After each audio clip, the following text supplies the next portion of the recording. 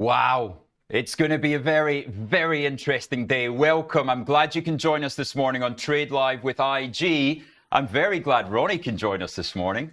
I'm always glad to be here, Rich. I'm not sure if the markets are very glad today, but we'll see how they act today. But this is it. This is D-Day, people. This is D-Day. It happens today. It is all been brought. The theory of brinksmanship, we're on the brink. I'm not sure I share your enthusiasm, but I'll be happy to hear more about it throughout the show. Right, let's go to see what's coming up on today's show. And you can see, then I'll explain where my enthusiasm and excitement is coming from. So to start with, we obviously have Ronaldo and myself on the early. And then we've got, if you remember, our prize student from Bristol University Trading Society is joining us. Emma Bin's back in the house. We also have the psychology of trading. Now, if we ever needed to know what was going on with the psychology of markets, it is in these ones right now. So that will be with Isar. And then, yeah, to finish us, bring us home, then at 9:25, we've got Dylan Rattigan from our Tasty Live Milan office. Right, Ronnie, give me some overnight moves. I mean, it was quite hectic yesterday. Not as hectic as I imagined it to be. I mean, Trump came through. He followed through with his 104% tariffs on China. Mm-hmm. Apple took a bit of a beating from that one, but it was a bit of a confusing day for me yesterday. Well, for my clients as well. I had some clients who were calling me and urgently wanted to put money back in. In the morning, I take it. Yeah, exactly. to get back in on the action, and then in the evening they called to close out their positions. So it was a bit of an evening yesterday that left a lot to be desired. But hopefully we'll have a more positive news today if the markets share your enthusiasm. Right. What I'm hearing, I've been speaking to my friends Warren and Bill. Oh, right. Right, two guys that have been in the market for over 30 years. And they're joining us on the chat this morning as well. So please chip in if I am diverting from what we're thinking at the moment. If we can please get, well, I'll tell you what, let's go to overnight action and we'll go through it all.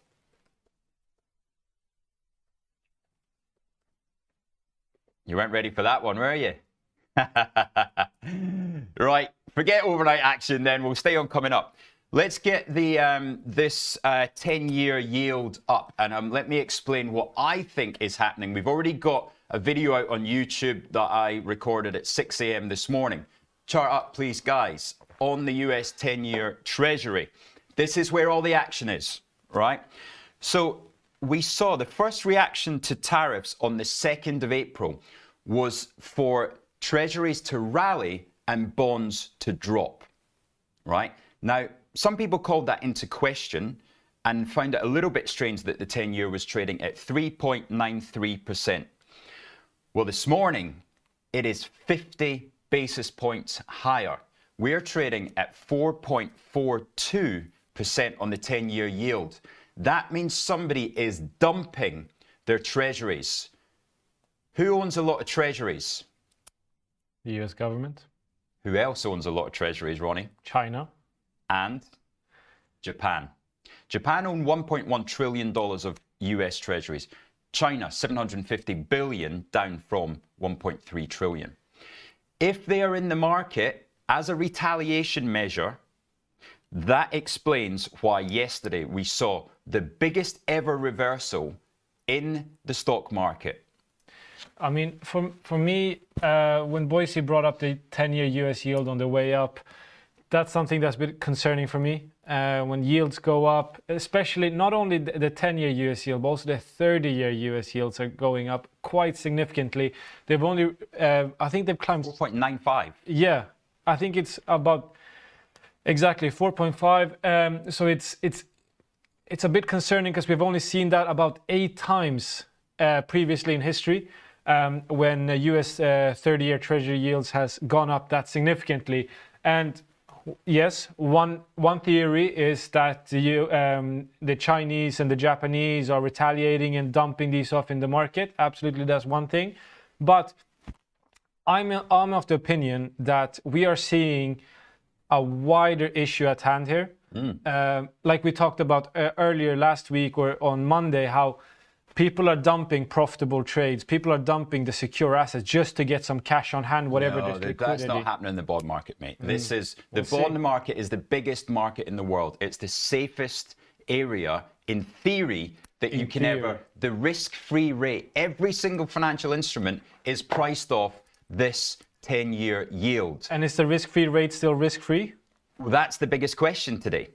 Exactly. That is why we're seeing the interest rate on US debt move from 3.93 to 4.43 in a matter of days. This is D-Day, because if it continues, if bond market continues to crash, Scott Bessent said, do not judge us by the equity market, judge us by the 10-year yield. So they've gone for him. The bond vigilantes are in, and they are going to force Trump to concede today.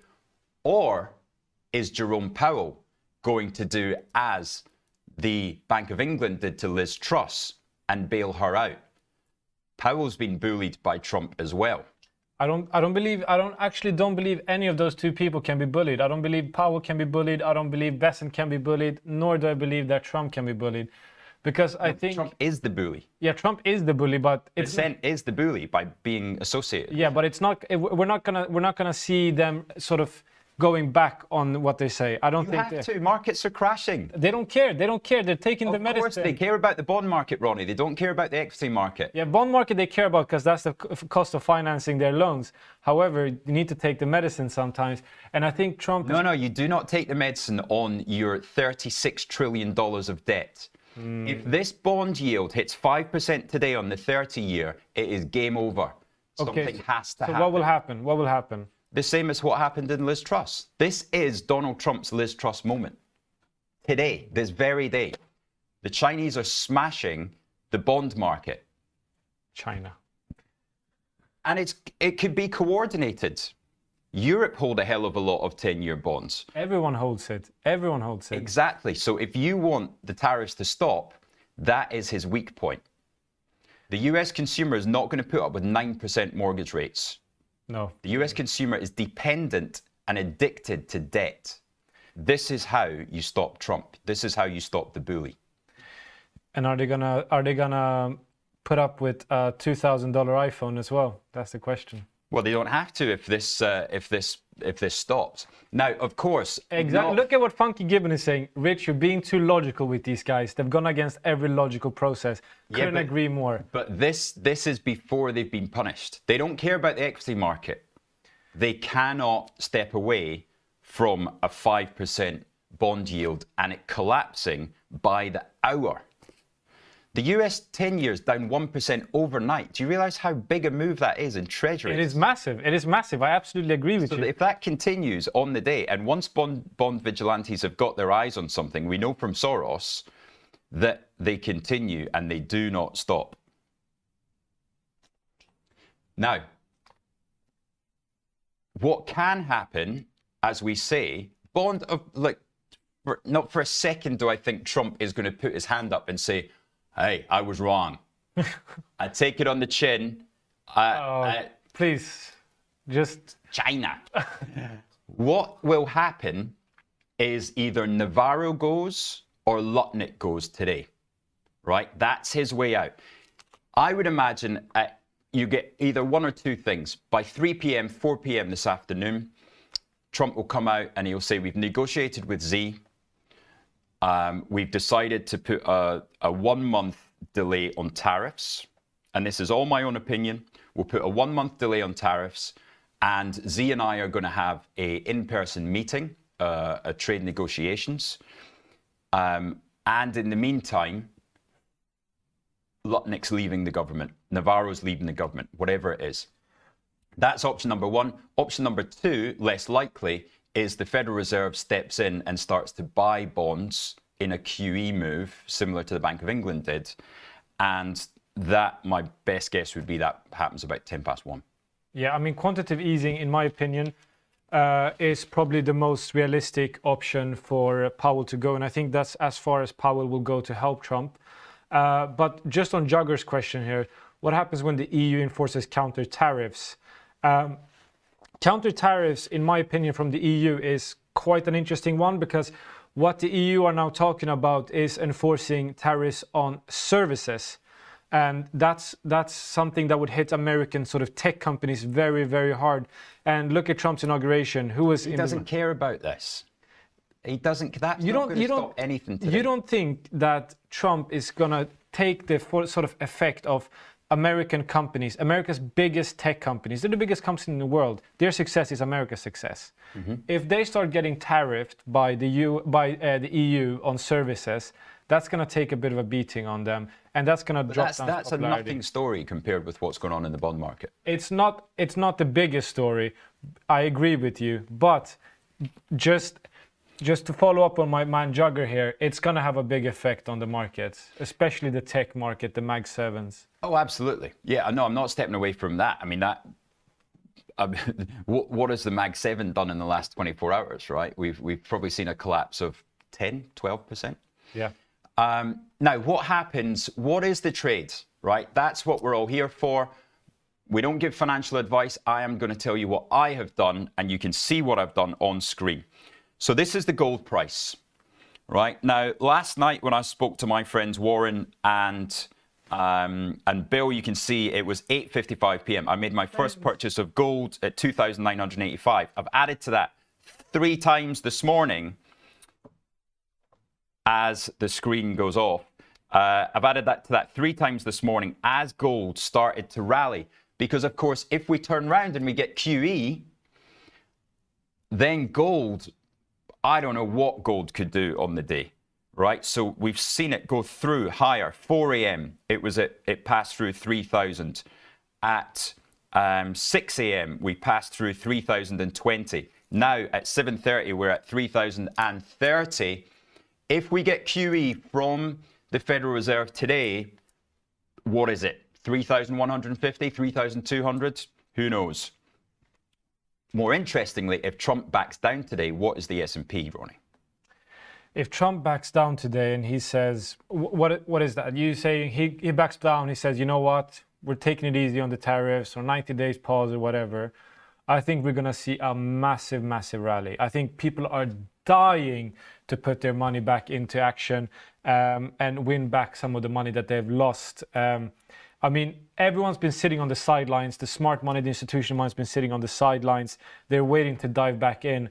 But just to answer Boise's questions, what's the bear option if Trump doesn't move? He stays firm. It's game over. Jay Powell stays firm. Today, he cannot get to the end of today. If I agree with you, if that happens, we are seeing. I'm a mega bear. I'm a mega bear today. I think if that happens, Trump doesn't move. Trump stands firm, and he wants to show everyone that, he want to make a statement. And his bond market collapses. Everything collapses. Not just the bond, everything collapses. So he can. This is what I'm saying. It is D-Day today, this very day. It doesn't go past today. Blood in the streets. So what... There's no blood on mine. What is the way I've played this? Well, as Ronnie said, we could collapse. So you can't buy anything, right? You can't buy futures. You can't buy stocks because it's do or die. We're either 4,600 a day or we're 5,400. What's the way to do it? It's options. The daily expiry, screen up. I have managed to buy the 5,220 calls today for 3 ticks. That is 3 points. Mate, that is bullish. If we go, well, okay, so yesterday we were trading at 5,250 with no deal. If he steps back from tariffs today, why aren't we 5,400? You know what? This is irrational, but so are the markets. 3 ticks. So are the markets. So I don't. 3 points. I don't dare That's to. I don't. 6 basis points. I don't dare to call you out on this because there is a likelihood that the market will actually just skyrocket. Like you said yesterday, there was nothing going on. There was no news, nothing, and no news is bad news in this scenario. Yet the market rallied based on absolutely nothing. And today, if we get quantitative easing or anything of the similar, yes, but I wouldn't take that Then trade. what is it? What's the S&P tonight with QE and Trump stepping out? You're assuming. No, what is it? You're assuming. I'm saying, pretend it's happened. What's the S&P tonight? If we get quantitative easing and all of that, That's my absolutely, 5,500. All right, so I'm up 280 points and I've spent 100 to 1 payoff, Ronnie. The S&P can move 1,000 points, easy. Nasdaq maybe So 100 to 1 payoff. points. Is that a good trade or not? It's a good trade, absolutely. But I'm saying the likelihood is fully dependent on the quantitative easing. Is it to 100? Is it 100 to 1? Rich, I'm with you, my friend. This is a good trade. No, the risk-reward ratio is good. Is it 100 to 1? That's the question. Yeah. That's what you're looking for in trades, right? Yeah. What's the risk to rewards? The risk is 3 points. The reward is 280. You know what, Rich? Time will tell. Well, absolutely. I will monitor your account tonight. As I get stopped out. As gold goes down 5% and I'm getting a margin call.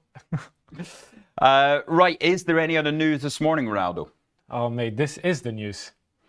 This is the news. Right, shall we have a look at what the futures markets have done then? We've had a good rally already. I tell you what, we have rallied about 70 points. Are people starting to realize that either today is a 50-50 chance on us being 4,600 or 5,400? S&P now down 1.4%. The FTSE down 2.4%. Oh, to go back to the 4:30 close last night. Or was it 4 p.m.? 4 p.m. we were trading at, well, no, because I shorted some FTSE at 7,915, and now we're 7.7. Okay. So what's your closeout level? We're basing now the assumption everything you says come to place. Lutnick gets sacked, quantitative easing, Powell pumps in $500 billion. Where's the S&P ending today? Well, that's got to be 5,400, doesn't it? Has to be, because it's better news than it was yesterday, logically thinking. There was no news yesterday, so if it comes out, then yeah, absolutely, I agree with you. But there's also the effect of we have some sort of mid-level here. We're not getting absolutely everything, but we can see some quantitative easing, some sort of... Yeah, let's get a poll up, Rich. Let's get the poll up. What? Let the people Jugger, exactly. Putting 300 quid on the line is compared with the losses of the last few days. 300 to make 22,000. 300 is nothing for Rich. That's his monthly Greg spend. What's your gym membership per month? My gym group membership, the absolute most ghetto gym of them all. It's about 20 quid a month or something. Ask for your money back. Right, okay, good morning to you all. Sorry, we've been ranting on. Let's get a poll up there on the chat. Where do you think, or, well, two polls. What do you think's more likely? Trump walking back tariffs or Federal Reserve QE? What is more likely to save the bond market in its meltdown? Trump walking back tariffs or Fed QE? So I'm always the bear. No, I'm always the bull, right? I'm always very optimistic about the markets, buy the dip, etc., etc. I'm going to be the bear today.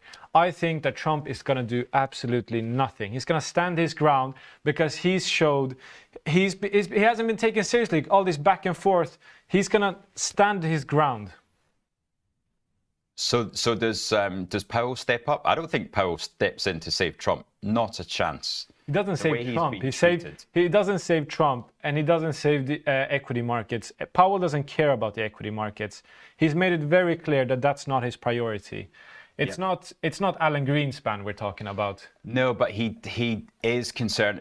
Obviously his two goals are price stability and full employment, right? Yeah. But financial market stability is also in there. Absolutely. I mean, Main Street is a reflection of Wall Street. So we'll see what happens there. Personally, I am not optimistic. Right, who have we got on the chat this morning then? Jesse is joining us. Jesse, good morning. Long oil overnight. That's a painful one. That is a painful one. Wacky Wednesday indeed. Steve Davies noticing the little bounce off. What did we get to at the lows? 4,830, I think. If not, so it's already, yeah. Look, welcome to the world of 50 vol, right? These moves, you got to expect those kind of moves in a world of 50 vol because, you know, the derivatives guys are just throwing it around all over the place. Funky Gibbon, good morning to you. Parquet 77, Boise, we love you right back, Boise. Poppy, having hit 4.5% in Asia time. Oh, 4.5% on the 10-year. Oh, Shrimp Fred. Ronnie. Oh, is that producer Fred, do you reckon? No, I don't think he's that creative. Arthur Foxhaig, very good point. What about the US dollar? Let's go into the currencies this morning. See where they are trading. Well, this is another sign for you. If the Japanese are pushing out those 10 years, if they are dumping some US bonds to just give a little warning signal, they would repatriate the money into yen and you would see US dollar yen down. What is it this morning? It's 144.80, down 1% on the day. That would point towards that there's something going on. The gold price points me towards something is going on. The 10-year Treasury definitely points, all the evidence is there as GB US dollar 60 basis points higher, stronger for longer. The mighty GB pound. Liz Truss must be sitting back, watching and enjoying this. Perhaps she's on the phone to Donald Trump giving him some advice. I'm sure he is. Right. US dollar basket down about 70 basis points. What else is sticking out this morning? Iron ore, relatively stable, down 50. China. That's what we have to do. China. We've got to look at these Chinese markets because have they been stabilized potentially, Ronnie? What do you think? Absolutely not. No. China up since we last saw the US markets, they're down about 4%, I guess, and Chinese equities are up on the day. That came in around about 2 o'clock. A strong bid came in. I wonder who was buying Chinese equities last night to stabilize the market. Right, what's more likely? We've got our poll results, Ronnie. Take us through it. So, the Federal Reserve comes through with quantitative easing. 76% of you guys think that's most likely. And Trump steps back, 23% think that's more likely. So it's an overwhelming majority who believe in more rationality by the Fed rather than from the Trump administration. Okay, so let's then go to what does gold do? What does gold do on the day if we get QE? Or any time this week if we get QE? Because we know that QE is the friend of gold, right? Money supply expansion means that relative the fixed supply of gold, the fixed supply of anything, Bitcoin could be the same. Then you know what's the move? Producer Phil, how many answers can you get on each poll? Okay, so down, up 1%, up 2%, up 3%, up more. Okay, but what about this, Rich? Just to play with the mind a little bit. Devil's advocate. Devil's advocate here. I only play with your mind, nothing else. Let's say My mother's watching. Whom I love very much. Let's say we get quantitative easing. Yes. Do you think there's a potential opportunity here that instead of seeing a gold rally, we can see a movement from capital allocation from gold, safe haven gold, to equities to sort of bounce back from there? Do you think both will rally, or do you think we can sort of rally of equities will come at the cost of gold. Do you think there's a possibility of that? No, because I mean the dollar would be down 1.5%. So relative to the dollar, It will not. that's already a 1.5% positive in gold before you even start attributing the benefits of holding something in. So that's why I think. Well, I'm not gonna front run the poll. What does gold do if we get QE? Down, up 1, up 2, up more. Run back to your computer from that kettle, Monkey Man. We haven't seen Monkey Man this morning. Oh, Monkey Man, don't do that to me. There's too many comments on the chat this morning. So yeah, look, it's going to be a really interesting day. We're going to go to a very quick 2-minute break because then we've got to watch the bloodbath of this European Open. Join us again in 2 minutes, and this idiot and I will be fighting it out some more.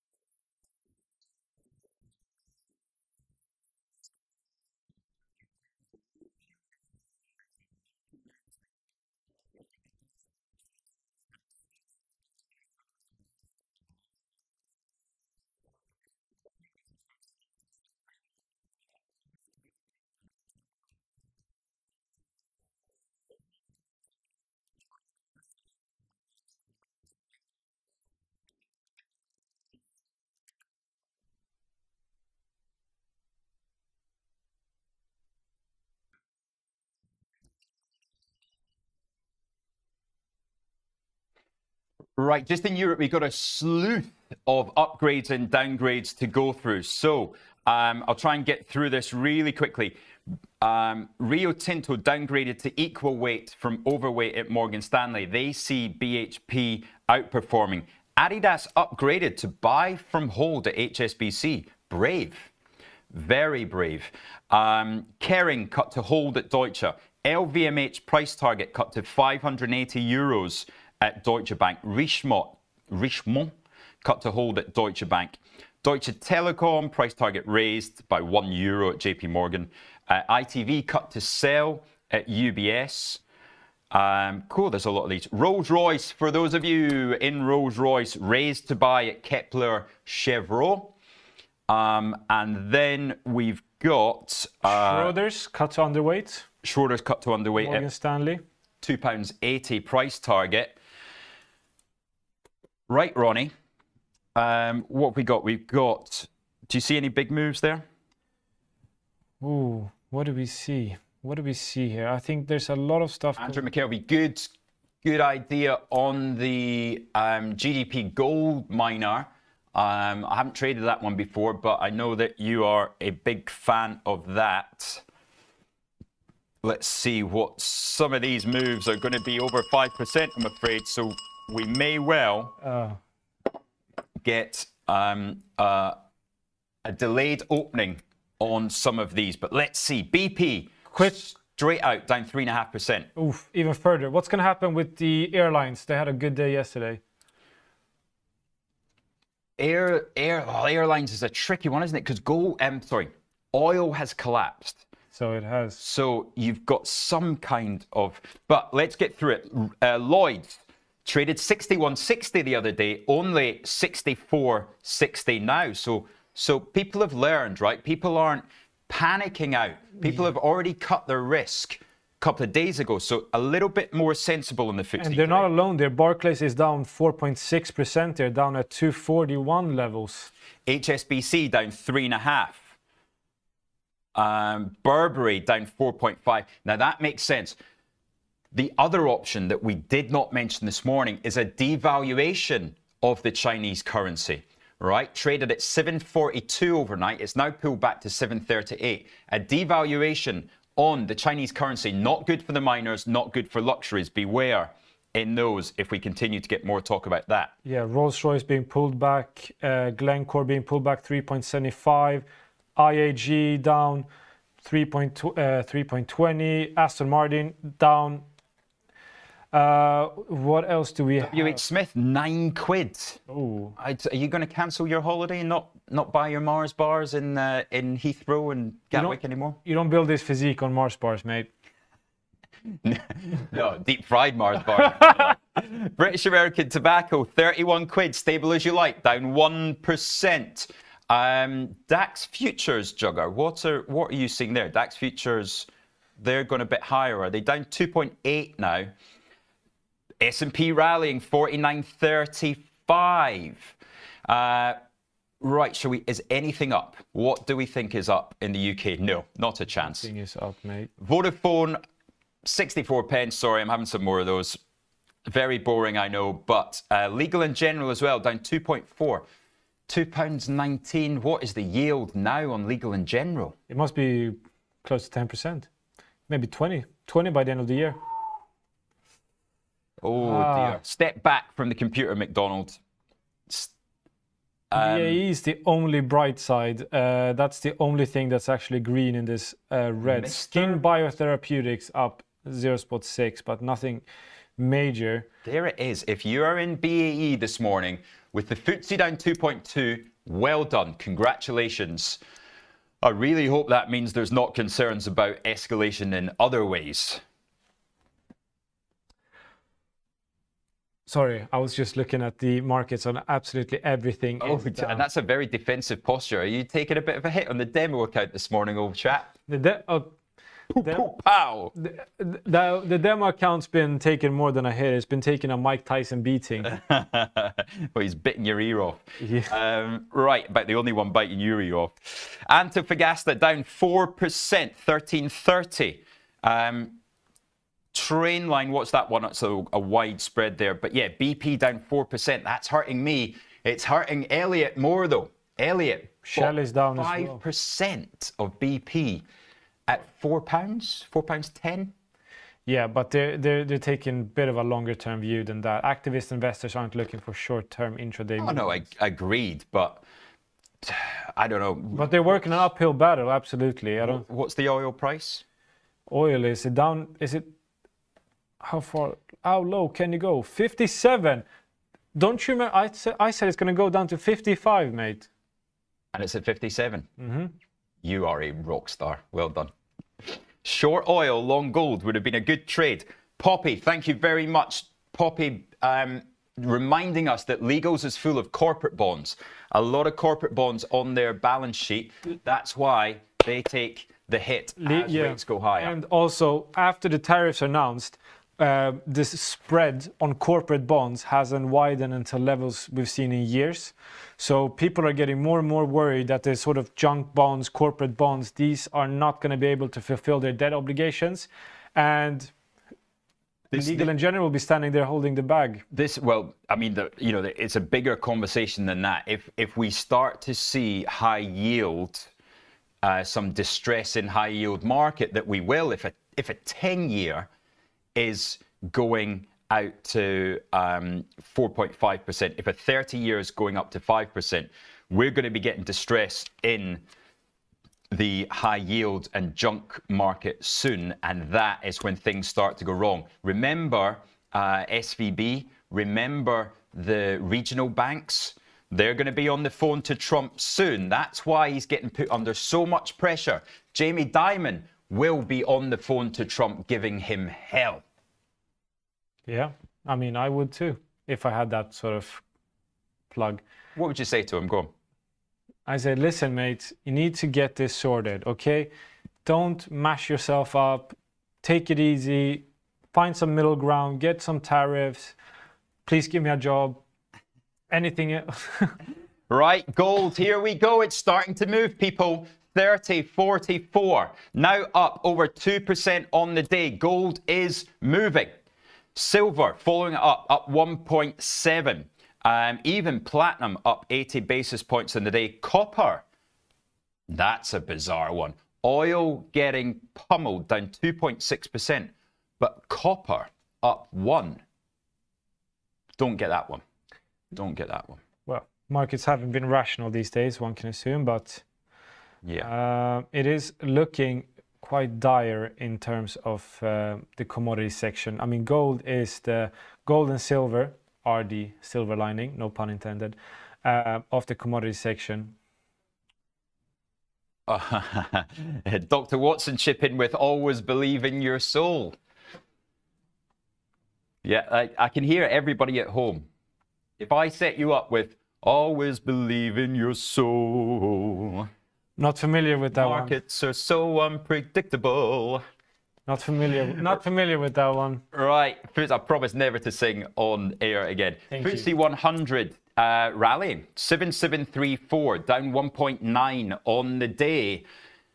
FTSE's not where things get hurt if China wins this. If China wins this, you are going to see a proper rally in the FTSE because those mining stocks have been murdered. The oil's murdered. Yeah.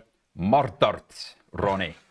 Well, I mean, the FTSE is arguably a very, very defensive index, and they've taken a big hit across, with everyone liquidating their defensive stocks to pay for it. So if we see a US rally, also Rich is drinking alcohol on set. It's not. It's like natural energy. I need natural energy for a morning with you, mate. Yeah. I know that kind of natural energy, mate. It is lemon yuzu, lightly sparkling. Other brands are available, such as Highland Spring. Is it a Latin import or? Right, where do we go next? In Europe. We have not looked at Europe yet. What is going on? Those luxury goods taking a smash. Kering. If you're looking for some cheap Gucci, down 4.8 this morning. Yeah, but Kering's been plummeting even before the tariffs. Shall we take a look at the old the chart of Kering and see how it's been? Right, daily chart of Kering. Is this new lows for Kering? Oh, I'm not getting that one. There we go. So that's, yes, it is new. Well, no, Monday was the low, but we're certainly heading back down towards. What an absolute fall from grace for Gucci. That's what I mean. Kering is a stock that's been taking a beating for years. And as we hear Dr. Watson saying in the gallery, it's not all Gucci. Sorry about that one. It is. It certainly is not. Louis Vuitton, 500 euros. Is that lows for them as well? That's an attractive stock. Now, at that price level, that's attractive. I can see you in some Louis Vuitton, mate. I'm more of a... Fake Louis Vuitton, but course, still Louis. Directly bought on the streets of Barcelona. Oh, look at that chart, though. So 500 euros. When was Louis Vuitton last 500 euros? 2021. That's another fall from grace, isn't it? 900 down to 500. Yeah, but that one is... They actually have a strong portfolio of brands. They're going to continue to do well. They're shifting their focus away from China to other emerging markets. LVMH is extremely attractive at this price point. Okay, well, let's look into that. In the scenario that we've been talking about today, where does Louis Vuitton go to if we see, let's say, maybe not even today, maybe tomorrow, maybe Friday, maybe over the weekend, we get a step back from China tariffs, we get the tariffs delayed. Is Louis Vuitton 600 again? It was 600 on 600. the 25th of March, that wonderful day, my father's birthday. That's a 20% rally. 20% rally in a week in a luxury stock. It is already 500 euros. It's not a cheap stock, but I think it's. You know what? I'll take that. This is. I'll take when that. you start to see, especially in new ISA season, ISA's available on IG Invest, 4.5%. 4.5% interest as long as you have at least one holding that you can buy commission free. 4.5% interest if you stay in cash. That is an interesting one. Michael Taylor, welcome to the chat this morning. Mr. Midcaps in the UK is saying that Louis Vuitton has lost it. We see him, Michael Taylor, of course, shifting shares on TikTok and Instagram. Not often wearing Louis Vuitton, though, I've got to say, Mike. Question to Michael Taylor. What do you think of the F1 sponsorship? I think it looks very cool on the track, but... Who's F1 sponsorship? LVMH. Oh, right. They signed a 10-year, $1 billion F1 You know, that's sponsorship. usually the kiss of death. Credit Suisse on the side of the cars didn't end that well. Credit Suisse had bigger issues. Yeah, as soon as I left. Right, let's update you then. Has anything else poked its head above water? Remember, those waters were hurt yesterday in the market rally. So why are the waters down again today? Let's see if we can rank it into, oh my goodness, ITV down 8%. Oof. AstraZeneca down 4.5%. There are some funny moves here. Why is AstraZeneca down, one of the worst performers? You have let me down, Michael Taylor. Thought we were bonding. Do you want to just check if there's anything on AstraZeneca, please? Right, yes, sorry. I zoned out there a little bit, even though Rich is very interesting to listen to. Right, Iron Brew is one of the best performers. Other drinks are available. Yeah, again, down 80 basis points. So... BT. Don't see anything on AstraZeneca on the RNS. Last thing that we had was in the 4th of April, so nothing. So yeah, that's really interesting. I mean, it's one of the biggest weightings in the FTSE. So you know, is it a technical thing? Is it, you know, are somebody selling the FTSE hard and there's buyers of other things, but not AstraZeneca? Who knows? Yeah, BT continuing its fall from grace. It was down hard yesterday, even in the market rally. Tariffs on pharma. Tom Wilson is actually correct. There was a big belief that pharma would be safeguarded. Pharma industry as well would be safeguarded from tariffs, but now they're included in that as well. So they're not. Oh, that came out last night. Yeah. So tariffs on pharma. That's exactly what it is. Thank you very much, Andrew McKelvey and Tom Wolstenholme. The real Tom Wolstenholme. That is, of course. It's not his alter ego. Rich, I have a question for you. No, that is his alter ego. Okay. Confusing. I have a question for you, Rich. Yeah. Today, I am basing this question is based on the assumption that we get what you wanted today. We get the quantitative easing or Trump or whatever. Okay. The whole market is rallying. Which UK equities, which sector of the FTSE? Got to be the miners. Got to be. If you let me finish my question, I'd say except for the miners, because that's a very obvious one. You just added that in now. No, I was going to say it, but you didn't let me finish. Okay. Except for the miners, who's going to rally the most? Obviously, the miners, we know they've taken a beating, they're going to come back. But beyond the miners, who's going to have the strongest comeback in the FTSE? Let's look at a page that I have built, which is what we used to trade in hedge fund land. And these are the sector swaps, right? The sector swaps, they are available on the platform, and we'll rank them. The hardest hit is the healthcare, right? So hardest hit healthcare down 4%. Then personal and household goods. Now that is your luxuries. Personal and household good is your luxuries, and Reckitt Benckiser, I think, in there as well, down 3.5. Automobiles, maybe it's, well, auto's more Germany, obviously, so that's not FTSE. Basic resources down 3. Travel and leisure, airlines. There we go. Yeah, but airlines already had a pretty strong day yesterday. They're giving back some. I would actually say that I think the sector that will take the biggest upswing would be industrial goods. Yeah. What's in that though? Industrial companies, mate. And goods.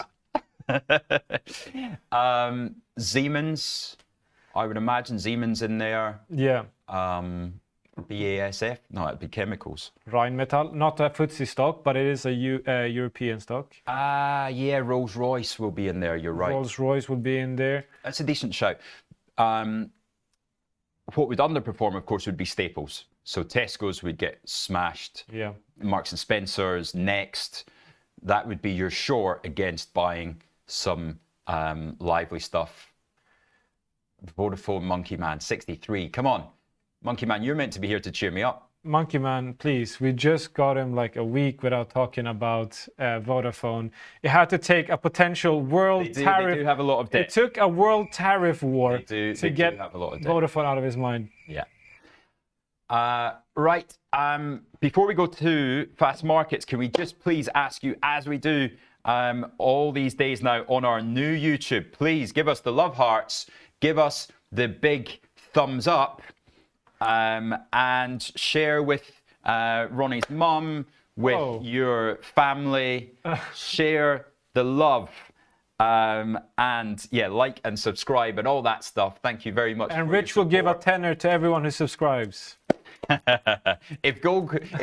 I tell you what, if the S&P finishes at 5,400 today, we're all going out for drinks.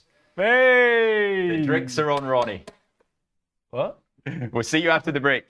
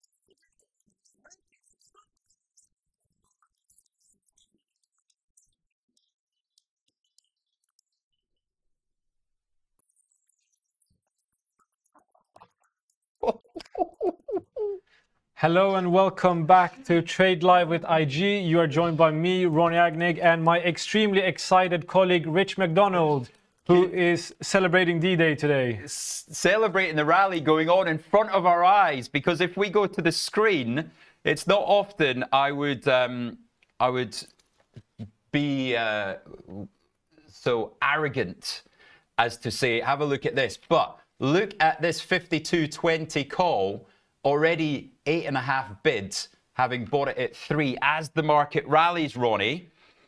The market is indeed rallying, but it's not only the US equity markets. Have a look, do me a favor and jump over to the Hong Kong Tech Index. Now, that's a market that's been taking quite a significant hit these past days. How do I find that? Hong Kong Tech, like that. Yeah, you search for Hong Kong Tech Index and you'll get the Hong Kong Tech Index. You are right. Yeah, that one is, look at that candle, mate.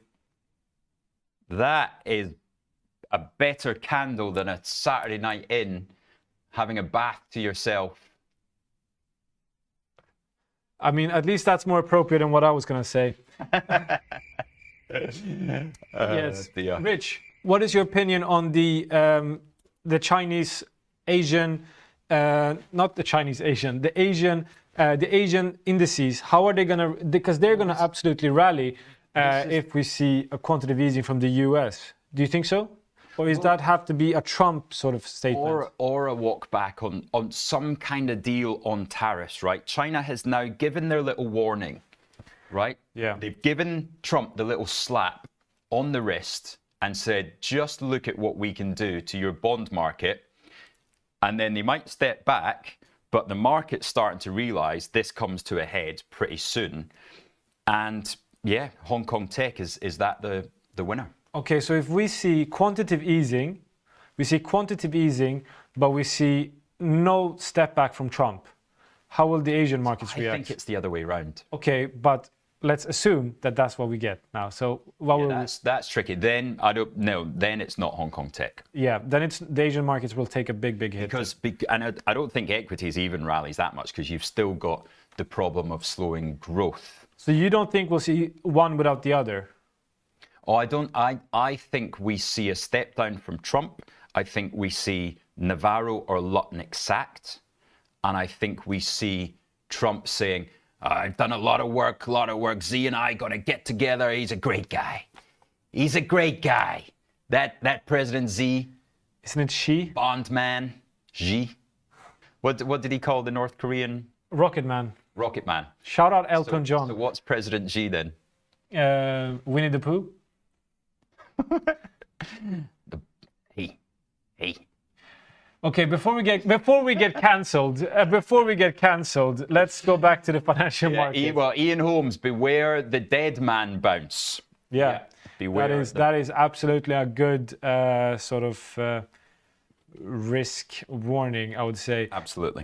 Whatever you're trading today, I mean, the volatility we've seen in the markets these days, we haven't seen that in a long time. So whatever you're trading, have your stop losses, have your guaranteed stop losses. Be very careful. Yeah, look at implementing a trailing stop if you don't want to close out too early. But have your risk management set, because it is actually really crazy these days. So make sure that trade with risk management in place. And it's so important, because we have seen now over the last 4 days, capital preservation is everything, right? If the markets had been down 10% on Sunday night, which I must admit, that's why I didn't sleep that much, because I wanted to keep on checking. I think I went to sleep at 1:30, woke up at 3:30. Blimey. Because the market was down 4, and I was thinking this could be down 10. And if I was down 10, then I was in a spot of bother, Ronnie. We have a question here from Mr. Arthur Fox Haig. He's had it twice now. How does the euro-dollar play out in today's various suggested scenarios? Well, yeah, so let's think about the dollar. I'll let that one go to Rich on macro. So if we got some kind of QE move from Powell, right, then the dollar really sinks. Yeah, absolutely. And the euro would be 110. Where are we? Where's the euro now?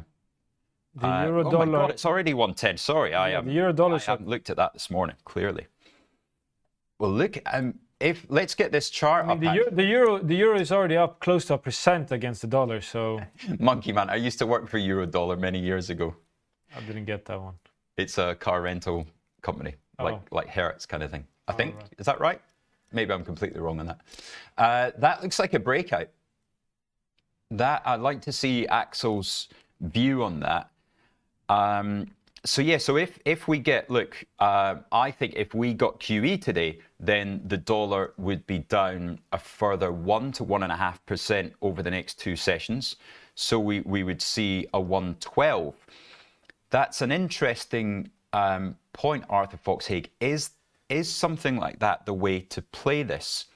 Because I don't want to put any trades on, right? I'm not saying this is a likely event to see QE. I'm saying be aware that that could be a chance. So if you get something like a 50 to 1, 100 to 1 risk reward ratio, and looking at the currencies here. Just looking at zooming out, I just zoomed out on the Euro USD chart. It seems like we're touching the sort of breakthrough level. If we go through here, we will absolutely rally. But it wasn't too long ago we were at euro dollar parity. But Rich, it's not a 112.50, 111. Yeah, a 111 and a half to 112 and a half. You'd have to pay 30 cents. It's not really worth it. So that's scenario one, right? That would be a weaker dollar for QE. What if Trump walks back? What happens to the dollar then? I think we'll see a pretty big dollar hit, no? Think about this. So, if Trump walks back, sorry. If Trump walks back tariffs and does a deal with China. I thought you meant if we're going to see Trump sort of staying firm. Yes, if Trump walks back. Well, there's another poll for the day. I think that would be a positive news. If Trump walks back tariffs, does the dollar go higher or lower? I don't think my brain. There's too many variables in that one. Yeah, that's because you get risk on, which is negative dollar, only because risk.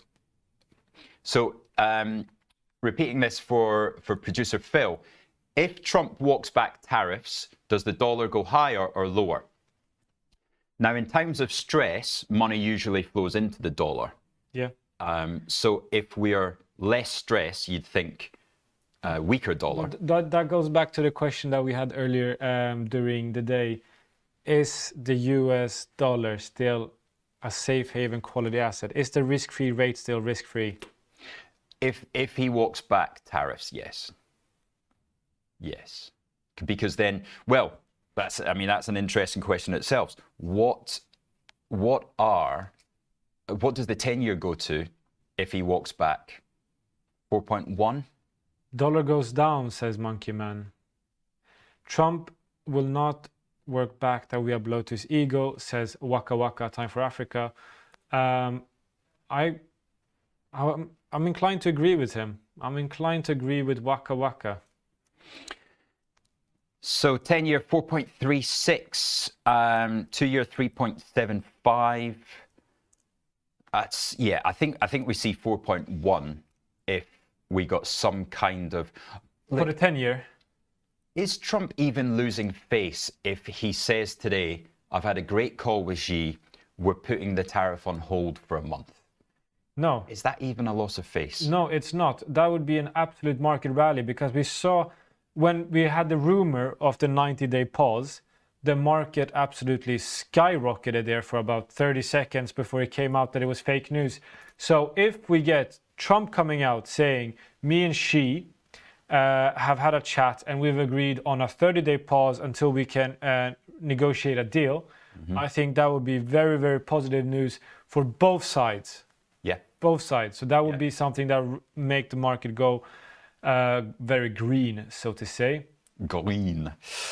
Oh, this is the great thing about markets, isn't it? This is why you're watching the show. This is why I wake up at 4:45 a.m. this morning, energized not by my mission energy drink, but by this. This is just real. It's the fastest finger first, or if it's you can get your brain around the potential moves. IG has how many instruments? 17,000. 17,000. So there is a way to play every scenario, and I really don't know what it is today. It's there's so many variables. Final note before I say goodbye. Steve Davis thought the U.S. wanted a weaker dollar. That is absolutely correct. That is what Trump has clearly stated several times. That the dollar is overvalued, and we've seen that it's a sort of offensive tool to use. China has implemented exactly the same thing with concerns now on trade. A weaker currency increases trade demand, foreign domestic investment. So yeah, you're absolutely right. Trump wanted a weaker dollar, but he doesn't get what it's the market who decides that. Right, come on, give us a hug, buddy. That's been a great session there. Come on. One screen. Oh, we weren't. Oh, wait. Okay, now we're here. Wait.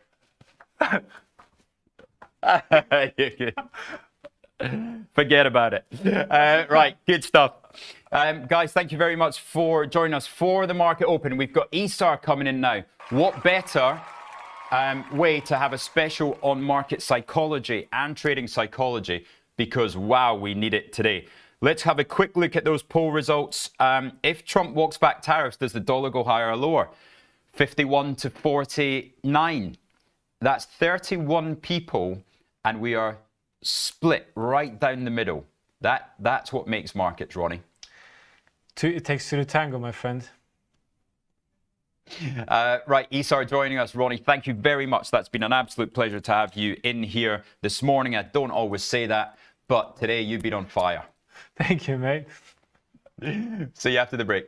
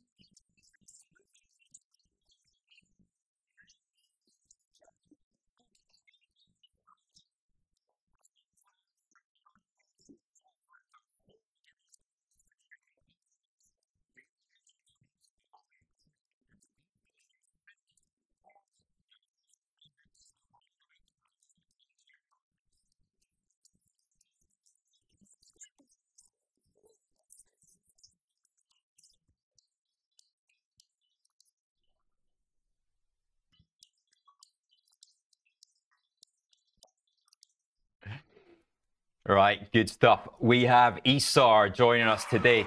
What better than to get the most intelligent man in the building in to break down what is going on? You always say this, and I always feel aggressively trolled. What? Well, just wait until they get started on you. Take us through what you're seeing, Isar. Well, I think overnight we've had the actual tariffs coming in, and I think lots of people had still priced in a last-minute reverse or pause, and so I think what we're seeing is just the reality of what was a bit of uncrystallized expectations being made into real expectations, and I think that's then being paired with what can only be described as a pretty aggressive sell-off of treasuries. I think people are speculating where that might be from. I think lots of people saying that they think China is maybe dumping treasuries. China's also been looking at stimulus potentially for their economy to kind of counteract some of the tariff measures. And so what we've basically got is stocks pricing in the actual implementation of the tariffs. They're also pricing in a higher yield on the treasuries and potentially kind of more aggressive action between China and the US going forward. So it's an escalation. The fact that at midnight and 1 minute, the tariffs went ahead. And there was this kind of back and forth retaliation where, so the US put in their 32% tariffs on China, and then China responded with reciprocal tariffs, and the US responded to reciprocal tariffs. And so there was this kind of very aggressive back and forth. And I think what you're really seeing is some of the fallout of the largest economy in the world having a fight with the second largest economy in the world. And that's inevitably going to be painful for capital markets globally. Now, how do you de-escalate from this? That if you're Trump waking up this morning, right? Put your you don't want to picture it, right? But is Melania next to you? Do they sleep in separate rooms? It's best not to think about at such a traumatic time. But I think, so I think if you're thinking about de-escalating, I guess the real question to me is, does he want to de-escalate? And I think that's a really reasonable question. But assuming he does, I think at this point, there's two things you want to really be thinking about, which is what is, if anywhere, path to an off-ramp, not to all of the tariffs, but at least the second wave of retaliation measures that we're seeing. I think that's one thing to think about. I think the second, only China really. Which is only really China. Maybe Europe. Maybe, but it's really primarily China. And so I think that's something to think about. I think the second thing to think about is actually how do you try and mitigate the level of uncertainty in the market? And so I actually think the suggestion from a couple of days ago that the US might do a 90-day pause, which led to a big spike, and then when the news got shown as not accurate, it kind of led to a hit to stocks. I personally think that actually would be a real mistake, because I think at this stage, what markets really want is the ability to have clarity about what's going to happen in the short term. Right. And I actually think a lot of back and forth on the timing of the tariffs is only going to generate more uncertainty. Whereas I think what the market really wants is longer term stability. And so I think the best long-term stable option is to reverse some of these decisions. I think that's extremely unlikely at this stage, or at least not for a while until there are major concessions made. I think the second form of certainty that you can achieve is at least certainty that we see right now what's happening is how it's going to be, at least for the kind of short to medium term. And then I think what's worse than that is instability, where you have this kind of back and forth or like tweet. Yeah, exactly. And it's people then worry about event risk, and people are constantly on edge, and I think implied volatility stays really high. Well, I mean, we've got that right in front of us. We've got instability. On the US close last night, watching Sosnoff and BAT. Yeah. They could not believe, Sosnoff cannot believe what's going on in bonds. I mean, it's bonkers, right? Yeah. And I think today, seeing some of the bond moves that happened yesterday night and overnight, we have a 10-year auction today. Yes. Which is, what a time to have I know, right? And actually, let's look at today's economic figures, and you can see what we've got ahead of us. Sorry, economic figures from Phil's chart should be up there. So it's just one of those days that ends up being like a really busy day. We have FOMC minutes, which now honestly just feel horribly out of date already. But like if the Fed is talking about worries about inflation in those set of minutes, like can't you imagine those worries are going to be worse now? And so I think that could be an event. You've got the 10-year auction, which could be an event. Now, what time is that at? Because that's The 10-year so auction, key it's today. normally like quite late in the UK time. 6 p.m. Yeah, I think so. The FOMC minutes are 2 p.m. Here we go. New York time. Right, so 10-year note auction expected the last time was 4.31. Yeah. Right, 4.31. Which is, I What is it today? think it's 4.5 plus, like pretty clearly. And then the question is how much plus? And I think that's pretty scary, right? Because if you're an investor, you're looking at the opportunity in bonds. You might have already been camped out in bonds for safety during this time, and actually you might be getting absolutely hammered on some of those positions. I think if you're not in bonds now, you're probably looking at bonds and you're like, wow, 4.5% looks pretty good. I wonder if I want to sell some stocks and buy into bonds a bit more. I'm definitely thinking about that for my personal portfolio.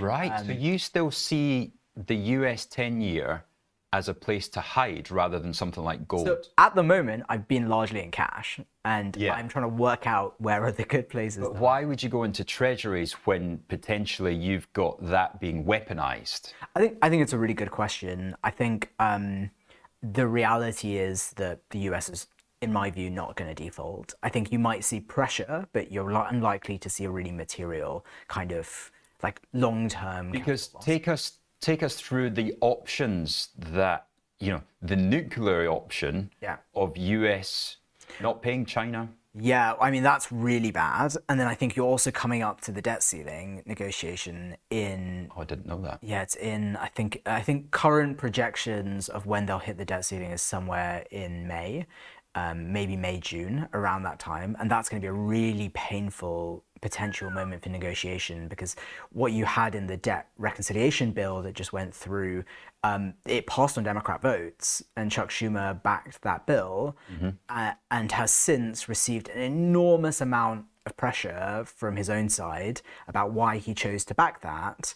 And so I think going into the debt ceiling debacle, you might see like pressure from Congress on why would they lift the debt ceiling while kind of all of this carnage is going on. Especially if you've got nobody to buy your debt and you've already got 9 trillion, 10 trillion. Yeah, do you remember at the start of this year, we also looked at the debt maturity, and so much of it is skewed towards relatively short or medium term bills and notes, which is a pretty scary place to be, right? Like you want everything in your 30-year bonds so you don't have to worry about it, and you can like very thoughtfully manage the maturity timeline, but it's pretty scary.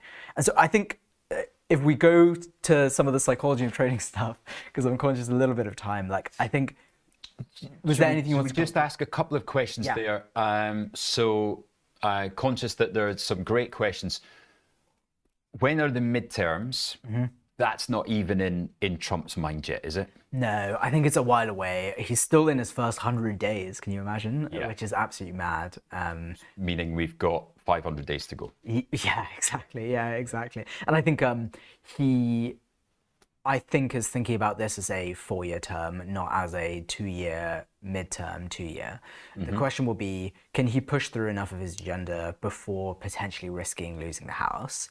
And so what that might mean is the 2 years is going to be even more painful to try and front load some of that so that he can see some of the benefit, or the Republicans can see some of the benefit by the end of the 4-year term, which is a pretty scary idea, I think, for markets. So I think that's how I'm thinking about midterms and the US political landscape more generally. If he has to deliver somebody's head on a plate for this, who is it? Oh, probably Lutnick. But I actually fundamentally think he likes tariffs. Like I think looking at the market go down, it's not like the first Trump term where that was treated as a barometer of like how the economy's doing. Bond market's different though. Bond markets are a bit different. I think the ability to refinance is really, really going to be key. And that's something that actually, like, you can see Besant really deeply cares about. And so I think some of the strategy, at least behind the scenes, the rumors are that they are literally targeting the 10-year to come down. And so actually, if you're seeing the 10-year going up, then that's the strategy not necessarily working, at least in the short term. Yeah. But I do deeply think they just want to restructure and reorient the sector makeup of the US. We're getting a proper rally here, sir. Proper rally. In equities or In equities, yeah. 50-20 bid on the S&P 500 now. 14 bid on my daily calls. I've got to take a little bit off there. You took you bought dailies? Oh yeah, you were saying just before this, For right? 3 ticks, right? So I'm going to take 0.15 off, and I've also got the 5150 calls, which I paid 10, 30 bid. I mean, that's mad, isn't it? So let's take just one off there. Right. That's bonkers. Yeah, I think at the moment some of these moves are just so aggressively rapid. Do you think that's driven by a headline, or do you think that's just a kind of... I think that's the realization that today's so important. Yeah. And it's a binary outcome. And when it's a binary outcome, and one is a very good decision, and one's a very poor decision, then... Yeah, and I think this is a good example of where, like, we spoke a couple of weeks ago with Ange on, like, the difference between ambiguity and uncertainty. And, like, actually, a lot of the news that's happening right now is highly ambiguous. It's not just uncertain. And so uncertainty is easier to price because you can just say, well, okay, there's like a 70% chance of this thing and a 30% chance of this other thing. I can choose somewhere in the middle that I think has a good risk reward ratio. Yeah. Ambiguity is really hard because what are the outcomes you're even putting probabilities on, right? Like, and how do you know what those numbers are going to be? It's a much higher order degree of uncertainty to kind of deal with. And so I think you're seeing the market, some of these quite aggressive moves are kind of coming from that. Right. We have about 10 minutes before we start to see, I did spot Arthur Fox-Higgs. Are you pleasantly surprised not to have your head served to you on a plate this morning? You know, that's certainly the way that risk was looking.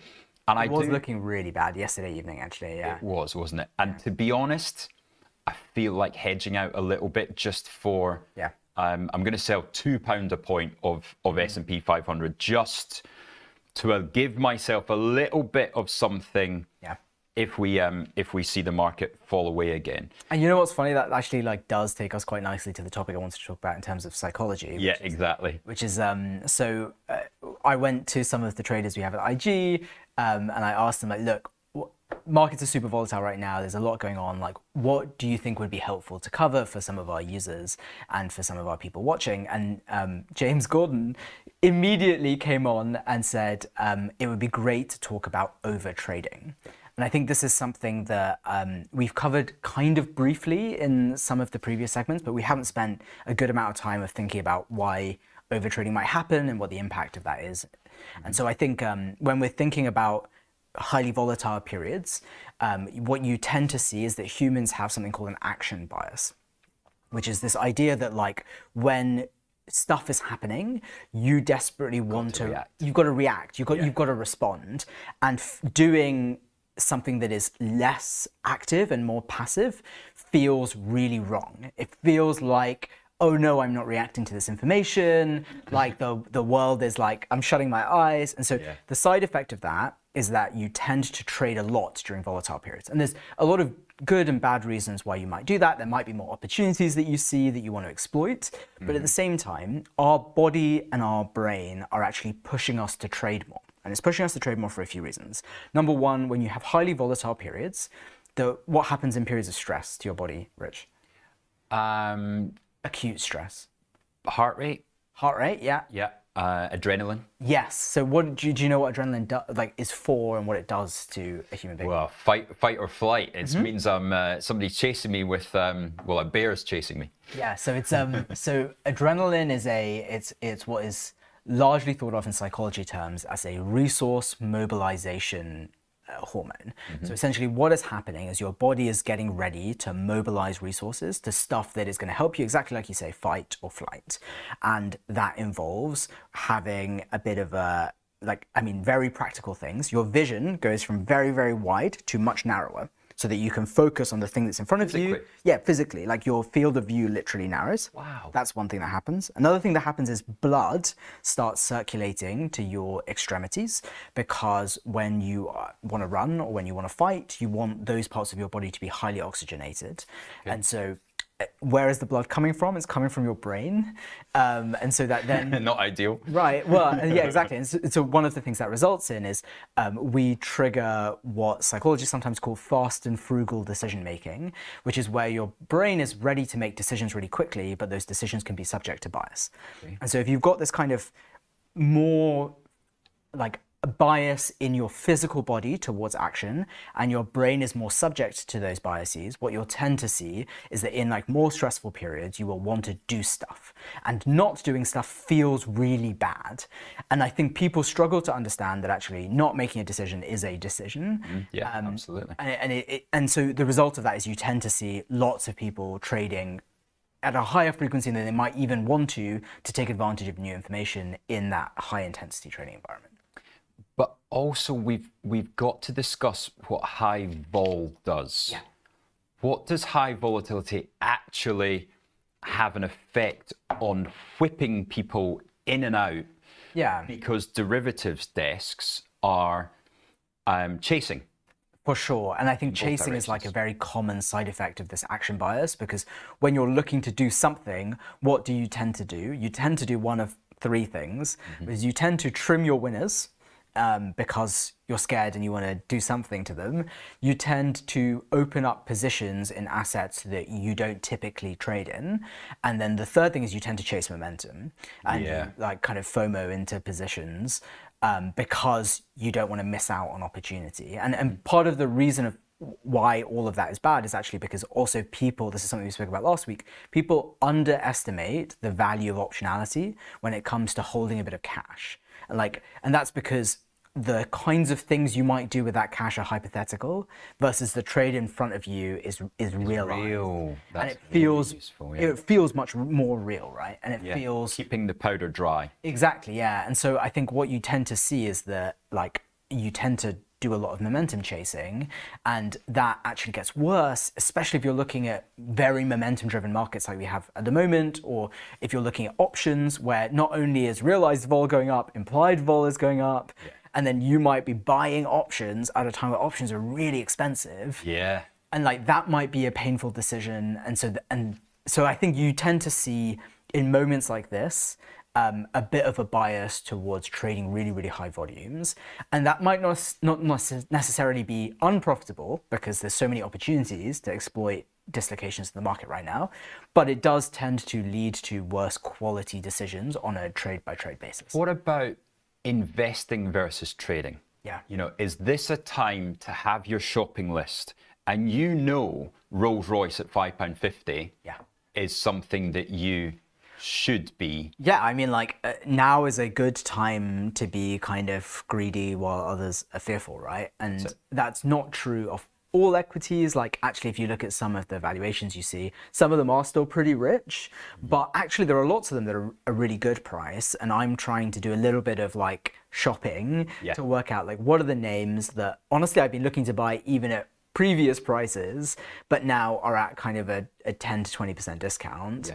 And so, but that decision-making process needs to be slow and deliberate and thoughtful. Not when the adrenaline is... Exactly, right? And so then that's where a lot of the systems we normally talk about around trying to think about what your thesis is, or writing a trading journal, or talking to another human being about what some of the trades are, all of those actually only become more important in more intense volatile periods where the opportunity for investment is high, and the risk with over trading is also high. And so then you just have to really force yourself to try and be thoughtful and deliberate about what your approach is going to be. Excellent. Isar, very, very useful, because it is, you know, a lot of people are going to be watching at home at the moment, seeing the market go up through 5,000, having traded 48. I know, right? Like days ago. Hours ago? Yeah, like, hours ago. 2 hours ago. Yeah, exactly. Well, we were nearly at, what was the low? It was like 47? 47.91. Yeah, which is mad. Yeah. But you see that, and you see that momentum going through, and then you've got to remember that derivatives desks have huge open exposure, and they're generally short Gamma. Yeah, they normally have negative gamma. Yeah. So just run us through really quick 30 seconds on short gamma and why it's making these moves. So the difference between a derivatives desk and me as someone who's just a retail derivatives trader is I don't have to hedge my positions, whereas a derivatives desk that is selling options or even buying options needs to hedge their exposure. And so when you have negative gamma, basically what that means is as the price goes up, by hedging, they need to sell the underlying equity or whatever asset they're buying. And as the price goes down, they need to buy the underlying to hedge. Positive gamma. Sorry. Yes, exactly. Yeah, exactly. And so what That's you... a good thing. Yeah, exactly. Well, and so what you tend to find is when you have negative gamma in dealer positions, it tends to be a stabilizing influence on the spot price. And so what you tend to see is that like a lot of these large options desks that have huge amounts of options exposure in notional terms are acting as a stabilizer for the market until you break out of those bounds where they go from negative gamma to positive gamma, in which case then it tends to be a destabilizing influence. Because you have to buy as the market goes through the highs and you have to sell as the market goes through the low. So that's the negative gamma. Yeah, exactly. And that effect really is what's causing this. And that's where you can get some of those whipsaws and actually why you might tend to see trading within certain corridors over the course of the day. And also why, if you look at right in the last maybe 10 minutes of the day, as a lot of those options are expiring. Last half hour. Oh. I know, right? And you see then huge moves because then suddenly dealers don't have to hedge as much because a bunch of those options are expiring. Right, Isa, thank you so much. We've got a quick 2-minute break. We're going to be back for the all sessions open. Whew, this could be a real interesting one. We'll see you in 2.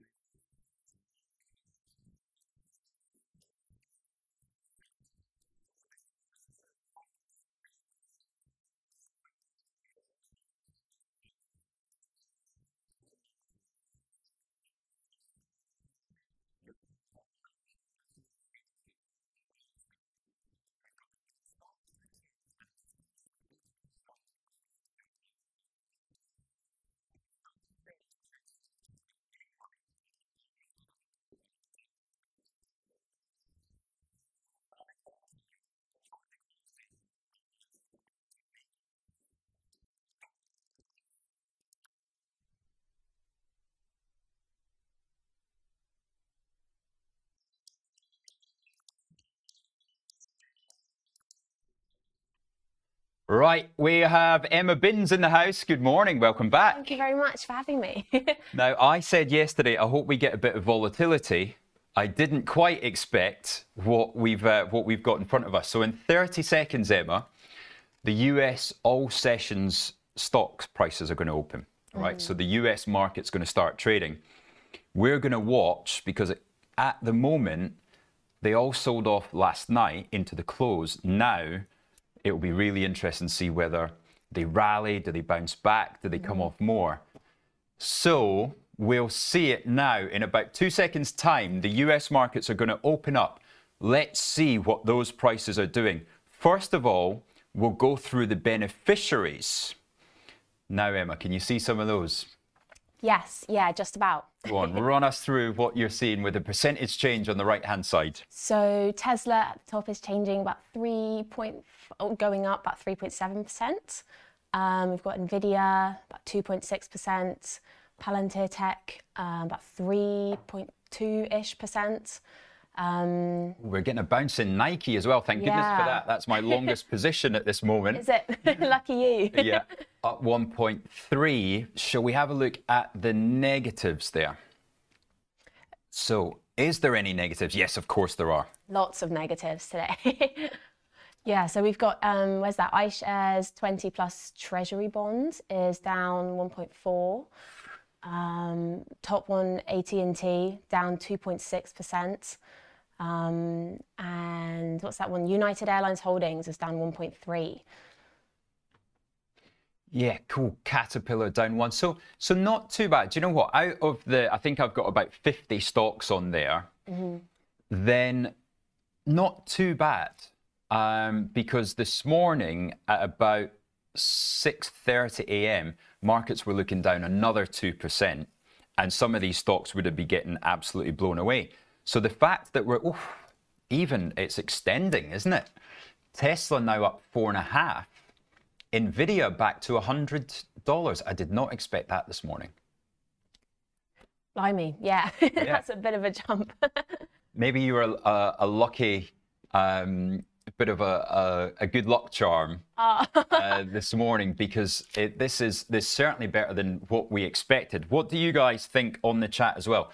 Did you expect to see Palantir up 5%, Nvidia up 4.5%, and AMD up 2%, Amazon up 1.6%? Let's have a look at the futures as well, Emma, and see how those are responding to this this rally. Yeah, there we go. Okie dokie, yeah. So we've got US 500 cash is changed about 0.6%. US Tech 100 cash is 1%. And lots very much down. So the FTSE 100 is down 1.5. Germany 40 cash 1.6. EU stocks are 1.8. A lot more down. And then this is what we've got to watch for today. So the 10-year treasuries have had about a 35 basis point rally in the last hour and a half, and that's what's giving some upweight to these stocks as well. Volatility down 5%. I think, shall we take a look at the chart of that? Because I think vol was a hell of a lot higher this morning. Let's take a look at 5-minute chart. Now, where did we reached at one stage? Yeah, 36 on the volatility. So you know the volatility is the kind of fear index, right? So this is how frantic people were. And if I take it back even further, you can see what happened from 3 p.m. yesterday. A move in volatility from 26 to 36 is a real panic. And thankfully, we're starting to see that come off from, about 5:30 this morning. Things were at their worst. Lots of people on their toes, it looks like. Yeah. Big time. Big time. And interesting that we, I don't know, I fancy Nvidia is... Now, we were speaking about some of your investments as a total, and this is, I really wanted to get you back on the show because it's the perfect example of a kind of young investor who's just starting their journey into that world. So tell us how you're set up at the moment. Is it ETFs you look at, or? Yeah, sure. So I invest in a range of different things, mostly just within an ISA or a LISA. A lot in the S&P 500, a few in a few legal and general funds, global technology funds, global equities one, all of which have plummeted in the last few days, much to my dismay. Yeah, there was one that I was particularly annoyed about. I thought with Trump coming in, I thought, oh, I'm going to put some money in some smaller US company ones, because I thought, you know, with his protectionism, it could be a really good idea. Yeah. Yeah, so I put some into the Brown US advisory, like with small US companies. Okay. And yeah, that's plummeted as well, unfortunately. So. And take us back to so when all this came out last week, right? You saw the tariff headlines. Yeah. How did you feel? Was your first instinct, oh, I'm going to lose a little bit of money in my investments, maybe? And then what happened as the week and the weekend went on? I think, yeah, you're right. I think initially I sort of thought, markets go up and down. This isn't that much of a big of a deal. But, 104% tariffs announced yesterday against China is just ridiculous. Yeah. So I definitely shifted from a not much worry to suddenly, oh my gosh, this is crazy. But I do think there's something to be said for just holding out. Markets recover. I think with the Dow Jones index, it recovered pretty much fully within a year after Black Monday. So I'm not too stressed over the long term. I'm still young. 1987. Yeah.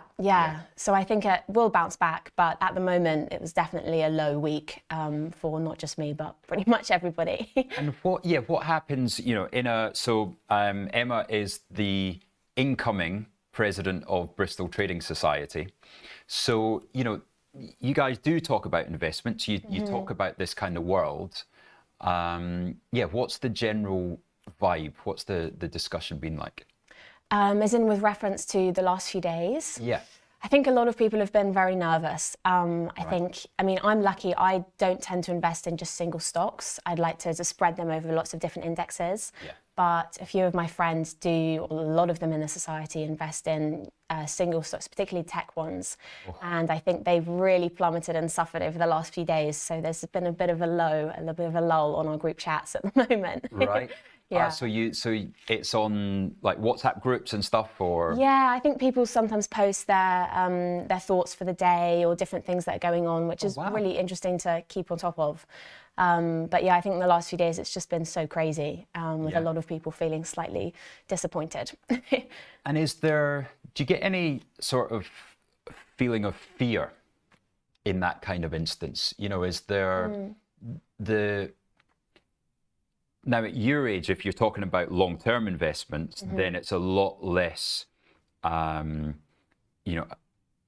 as big deal in the long run as somebody, like Monkey Man's age, who's heading towards their pension.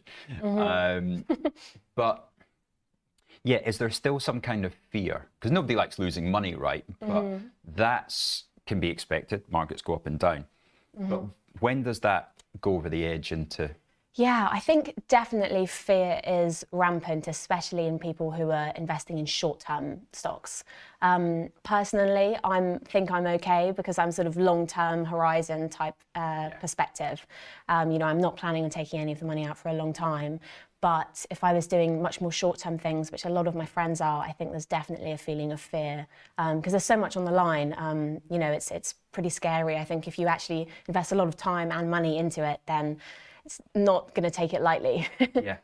And we can even see, since we've been talking, the markets dropped back. Some of those movers on the open, Nvidia already down to 99 from above 100. We saw Palantir up 5, still up 4. This is quite interesting that we're seeing tech stocks in particular take a bit of a bounce. Of course, absolutely hammered in the last hour yesterday. And there is, those treasuries. Oof, if the Chinese are selling the treasuries, then that TLT could get very interesting, even if it is just a kind of warning shot. Now, in economics classes, how much do you guys go into sort of what's happening here and now today? Or is it more a general macro-micro discussion? I think it's generally much more macro-micro. I think, we're quite lucky within the trading society. I guess it offers a platform for people to discuss the here and now and actually get live trading practice. But in terms of like lesson degree-wise, I think it's much more general and broad. And a lot of my friends who study pure economics especially say it's actually not that applicable to, trying to trade, which is why it's so lovely having societies and things to take part in and lots of friends who are interested in it, right? Very much. So yeah, I guess it's a range, but I get the impression that pure economics lessons aren't as relevant to learning how to trade and how to actually deal with real money. It's more of like an overarching view. Especially, actually, when I was in the train back from Bristol after coming to do an evening chatting to the society. That was very, very good. There was a guy in there who was studying economics, and he was complaining to his friend. He said that the project at the moment is that he has to write an update on every tariff announcement that Trump was coming out with. Right. And of course, he was starting to do work on tweets and everything. It's impossible for journalists to keep up. It's impossible for people within the White House to keep up. So this is the danger, that markets are toing and froing so much. And we just had Isar on before you came in talking about the dangers of overtrading. And it sounds like maybe some other members of the society would be able to take note. So we will get that cut up, and we'll get that posted on YouTube today, because that's very good advice from Isar, what we were talking about there. Now, plans for your career-wise? Yeah, so I'm hoping to go into sales and trading. That's my plan this summer. I'm interning this summer. I, to be honest, would just love to do something where I get to talk to people and use my intelligence. I'm not really sure where that path will take me, but yeah, as long as I'm... TV presenter. Maybe time will tell. And we obviously won't mention where you're going, but have you had to do your desk choices yet? I'm mid-process now. So I'm sort of deciding at the moment. I'm quite drawn to securitization solutions and potentially sales, also maybe some equities, cash sales. I'd like to get an overview of everything first before I actually decide, but I'm quite lucky where I'm going, as they do a very broad rotation, so you get a huge breadth of experience. So I'm really grateful to have the opportunity to do as much as possible. Brilliant. And is it on a few different desks? Over the summer? So I think you get to choose 3, and you sort of spend a few weeks on each desk, and if they like you, then great. Right. So yeah, great if for... you don't, then... Yep, unlucky. Yeah. No, I'm really excited. I have a lot of energy to burn, so I'm excited to use that to my strengths, hopefully. That's the plan. Great. And the important thing as well, if there are any other students watching that are going into internships, going into grad, it's really important to try and work out which desk you think is hiring. Now that's hard to do, but a lot of our grads at Credit Suisse used to come in and they'd do their rotation. They'd be great at the rotation, but then the boss would just have to say, "I'm really sorry, but we don't have the head count." So if there's any way you can kind of eke out that information as well, that's always useful before. Yeah, definitely. I think there's something to say for just talking to absolutely everybody that you possibly can. You don't know what doors are going to open, who you're going to meet, which desks are going to be hiring. So yeah, just chat and smile to everybody, I'd say. Dr. Watson in my ear just saying, "Rich, how did you get your first break?" Now look, I wasn't nearly as smart as you, Emma. I did study economics at Loughborough, but I was also a track and field athlete. The manager of my athletics team was very good friends with a manager of a team called Newham Essex Beagles, and he worked in research for Credit Suisse. So every single track event, I would be bugging this guy called Tony Charette, and he was the chief retail sector analyst for equities. And I'd say, "Tony, tell me what's happening in Dixon's group, what's happening in Marks and Spencer's," and he kind of got the vibe that I was really into it. So he put me on his email distribution list, and I used to read all the research. And we're going back, I don't know, this must have been 19 years old, I think. Yeah. So how old are you? I'm 21. 21. Just. So then when I was 21, Tony called me up and he went, "Right, I've got you some work experience." And I was expecting 3 days sort of thing. Yeah. 6 weeks, I'm going to pay you £100 a week to cover your train expenses and things like that. And you start on September the 10th. This was September the 10th, 2001. And on the second day, I was coming down in the elevator, and you saw the guys in the elevator were saying, "Oh, some idiot's flown into the World Trade Center," thinking it was like a little Cessna plane. And so I was meant to be on the 4th floor, but I actually went down to the 2nd floor because they had the televisions and I wanted to see what they were talking about. So I managed to sneak into the second floor without a security pass and was standing watching the TVs as the second plane went in. Wow. The silence across the whole floor for about 7 or 8 seconds. And then all the phone lines just started, you know, the lights going, buzzing, buzzing, buzzing. And the place just erupted with noise and panic. Everybody, there was 2 sellers of British Airways came in within 10 seconds and a seller of Air France as well. And the stocks were, you know, obviously going down aggressively, but clients just wanted out. So they kept on selling and selling. And the trader just said, right, no more effing airlines. And, you know, I watched it for 4 or 5 minutes, what was going on the trading floor. I went back up to the research floor, which is more like a library, and everybody was surrounded the television. There was one television on that floor. Everybody was watching it. And this was on your second day working? Second day wow. of work experience, not even like an internship, you know. Yeah. So yeah, I cried that evening. I did. I'm not surprised. What I ended up in. As you came back the next day. Well, yeah, and that was it. And probably about 3 weeks later, then 20% of the research floor was sacked. Wow. And that's what banks do. Banks just, they overhire in the good times and they cut back really aggressively. Obviously, everybody thought we were going into a recession. So, yeah, that was your first break. that was my first break. Wow. My very first compliance officer was a guy called Asif Butt. And Asif Butt, you know, took me aside in the last week and he said, okay, great. I hope you've enjoyed your work experience. Here's some forms to sign. Yeah, don't insider trade. Don't reveal any information private about the bank. Yeah, thanks very much for coming. 3 months later, front page headlines, compliance officer from Credit Suisse arrested for insider trading. He was at it the whole time. Oh my gosh. And that was the compliance officer. And you were taking notes from him. Yeah. Blimey. Yeah. So that was, quite the work experience. Right.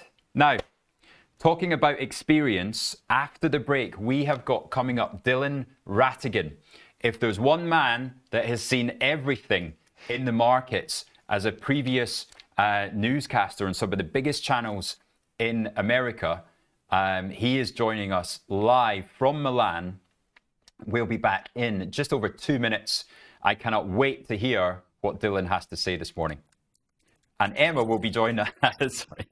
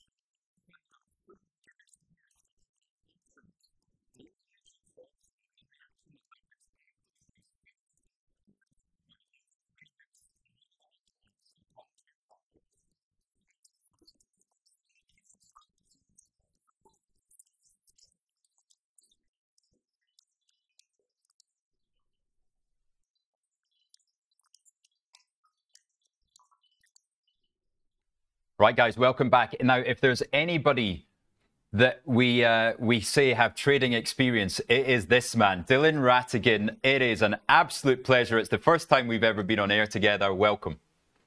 Rich, it's a real pleasure. Again, I'm just so excited to become a cousin, a friendly cousin of the London crew. Hopefully, we'll be doing more of this. So it's a real pleasure for me to see you for the first time like this, and hopefully in person soon. Absolutely. And we'll come to that because Sosnoff is coming to Milan, which we'll give you all the details, excuse me, at the end of the show. But I would like to just take a step back and tell me, who is Dylan Rattigan? Introduce yourself to London crew. Well, I mean, in the context of this discussion, I am the former global managing editor at Bloomberg, ran corporate finance for them. I created Fast Money, which is on the air to this day, along with one of the longest running television shows in the history of CNBC. I was covered ad nauseum the 2008 financial crisis while there, which at this moment obviously has echoes of that, even if it's a self-inflicted injury. Which I used to watch all the US hours. I have the pleasure of telling you. Yeah, and then I you know, the most fun was when I was a morning anchor at Bloomberg Television in the late 90s and early 2000s. I felt like I had a bigger audience in London than I had in New York, because I was on the air at 5 a.m. in New York. And no one would ever stop me on the street. No one would ever say, no one. And then I came to London for the first time, and people knew who I was. It was the first time that I was recognized, was actually in London, which gave me a shock and also a pleasant surprise. So I always have a warm relationship with the London financial community, and you know, and anyway, I can go on and on about other things. I've started a number of big businesses and small businesses at this point. I started a large medical device company that's operating to this day. Anyway, so there's a bunch of different businesses running. And then at the moment, I'm in Milan and working with Tom and Tasty Trade, working with you, working with Ange, ready to bring Tasty Trade and Tasty Live and IG, for that matter, into Milan for the first time ever. I'm very excited about that. And I also have I'm a partner with a Milan-based luxury sneaker business that'll be launching in Paris Fashion Week in official launch. It's been so it'll be an official. So everybody will be invited to Paris at the end of June. I'm trying to make the best of living in Milan, Rich. Now, tell us the name of the sneaker brand. Oh, Euphoria Sneakers. Euphoria Sneakers. Love it. Euphoria, Euforia. It's the Italian spelling. I'm the only American in a crowd of Italians. So. And how is your Italian, Dylan? My Italian is good enough to order dinner or groceries, but it's not good enough to serve as our translator for the Tasty Trade event in Milan in June. And now, tell me, how did you get mixed up with Sosnoff? I've heard this story over a Guinness in Dublin. Sosnoff telling me he tried to call you 3 times. Well, no, first it started with emails, which I ignored. So the timing contest, I had just left NBC. It was 2012. So I'd been through Fast Money, and then I did a couple years at MSNBC arguing about the financial crisis and realized it was a waste of my life and left. And then started receiving emails from this guy in Chicago who wanted me, who knows what he wanted me to do. I couldn't even, I ignored them. And then he started calling me, and I ignored the phone calls. And the third time he was a very persistent fellow. Oh yeah. And so the third time he gets me on the phone, and he says, "Listen, I want you to come, work with us." And I said, "Work with you?" I said, "You, sir, are a con artist." I said, "This is the entire business of short-term trading is nothing more than a commission spinning, tax bill generating scam job." He must have laughed. He loved it. I bet he did. He said he laughed. So he said, "Okay, bud." He said, "I'll tell you what, I will buy you an airplane ticket." I was in New York at the time. He's like, "I'll buy you an airplane ticket to Chicago," which is not, an easy flight. It's like a London, Milan. No and private jet, he's Dylan. like, I mean, come on. Nope. Listen, I should have held out. I think this was just an economy United ticket to Chicago, a commuter. But anyway, at least he paid for it. And so he said, come to Chicago for the day. I'll put you up near the office, spend 2 days with us. And if you don't like it, you can never come back again. But come see me and I'll explain to you why you're wrong. In fact, if you're so confident that it's nothing more than a commission generating tax bill inflating con job, then why don't you come on the air and debate me and tell me publicly why you think that, and I will publicly tell you why you're wrong. Challenged. And I've met a lot of we all have, but I've met a lot of finance CEOs in my career, between the Bloomberg work and the CNBC work and the NBC work and all the rest of it, Davos, blah, blah. Yeah. I've never met a financial institution CEO who actively solicited a qualified opponent to verbally debate him in public and explain why his business was not in the interest of investors. Yeah. And that made you start to think, all right, there's something here. Who is this guy? Yeah. Well, not only two things. I want two things. One, he was willing to take he was willing to answer any inbound. Nothing was off limits in terms of questions. One, and two, he was publishing his trades. Yes. He was showing his losses. He was showing his way. He was trading in public. Yeah. And no one trades in public. Everybody talks about their winners. No one talks about their losers. We all know how it goes. Absolutely. And no one publicly takes their most vulnerable criticisms on in public and addresses them and puts them down. And Tom Sosnoff is the only financial executive, founder, leader, CEO at the time, who does that, and to this day welcomes adversarial positioning. And so because I believe he believes it enhances the collective credibility of the entire enterprise to have to endure the criticism in public in front of his customers. Well, that's it. And look, the show that the guys did on Thursday, Friday, just taking call after call after call from clients, from viewers. I mean, it was amazing. Poor Bat was drained by the end of the show, but real compassion being shown. But the other thing that I wasn't related to me, but that I observed in that early days, which continues to this day, which goes directly to what you're talking about with the taking of the calls. I'd never seen a financial executive who traded in public, invited a critic inside the tent to work with him, not only takes calls, but responds to every single customer email. I could not believe, and still to this day. Are you crazy? Are you crazy? He was sitting at breakfast in Birmingham, and I said, "Oh, what are you doing?" And he said, "Oh, somebody's just asked me a question." I'm like, "Well, who? Well, one of the shareholders, Scott? Who? Oh no, one of the viewers." Absolutely. Every email, as a mandate in the business, every email gets responded to. Now, luckily, he will not be watching at this time, so all these nice words we're saying about him. Dylan, let's move on. None of that. Yeah, I mean, enough. Whatever. He's a pain in the ass. No, he's a great leader and a great teacher. And if you are in London, and the Milan event is going to be unbelievable, and so I'm excited for that. And the world is luckier. The world is a better place for him. You want to really hear. Hopefully, somebody sends him the clip. He is the 21st century John Bogle.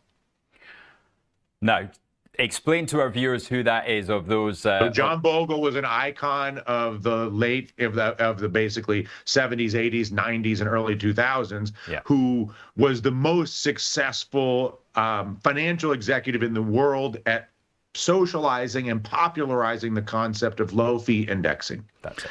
And his entire narrative was as soon as you fall into an opinion of anything, you've lost. Reduce your fees as low as possible and index into the S&P 500. And he created one of the largest financial firms in the world, which is called Vanguard. It continues to this day, I'm sure. Anyway, Tom Sosnoff is an evangelist in the same way that Mr. Bogle was, who I knew Mr. Bogle. Right. but he's an evangelist in the exact opposite fashion of Jack Bogle. Jack Bogle was, think nothing, see nothing, know nothing, just put the money in the index and go about your life. Yeah. And Tom's entire premise is there is no more dangerous way to live your life than in total ignorance, even if you're not hugely successful or successful at all with your trading. Your life skills, by virtue of engaging in risk management and risk calculation and calculating probability and understanding how to make decisions, period, in life, by forfeiting the ability to your own need and an opportunity to educate yourself to improve your overall life decision making, is a catastrophic self-sabotage that is made by virtue of people like Mr. Bogle. And so when you say Jack Bogle to Tom, for those who haven't met him, it causes him to have great anxiety and some consternation. Oh, right. And so when I call him the Jack Bogle of the 21st century, he both feels flattered and angry, which gives me pleasure. Yeah, which is, and that's a lot That's of the kind of friendship we have, to provoke and please.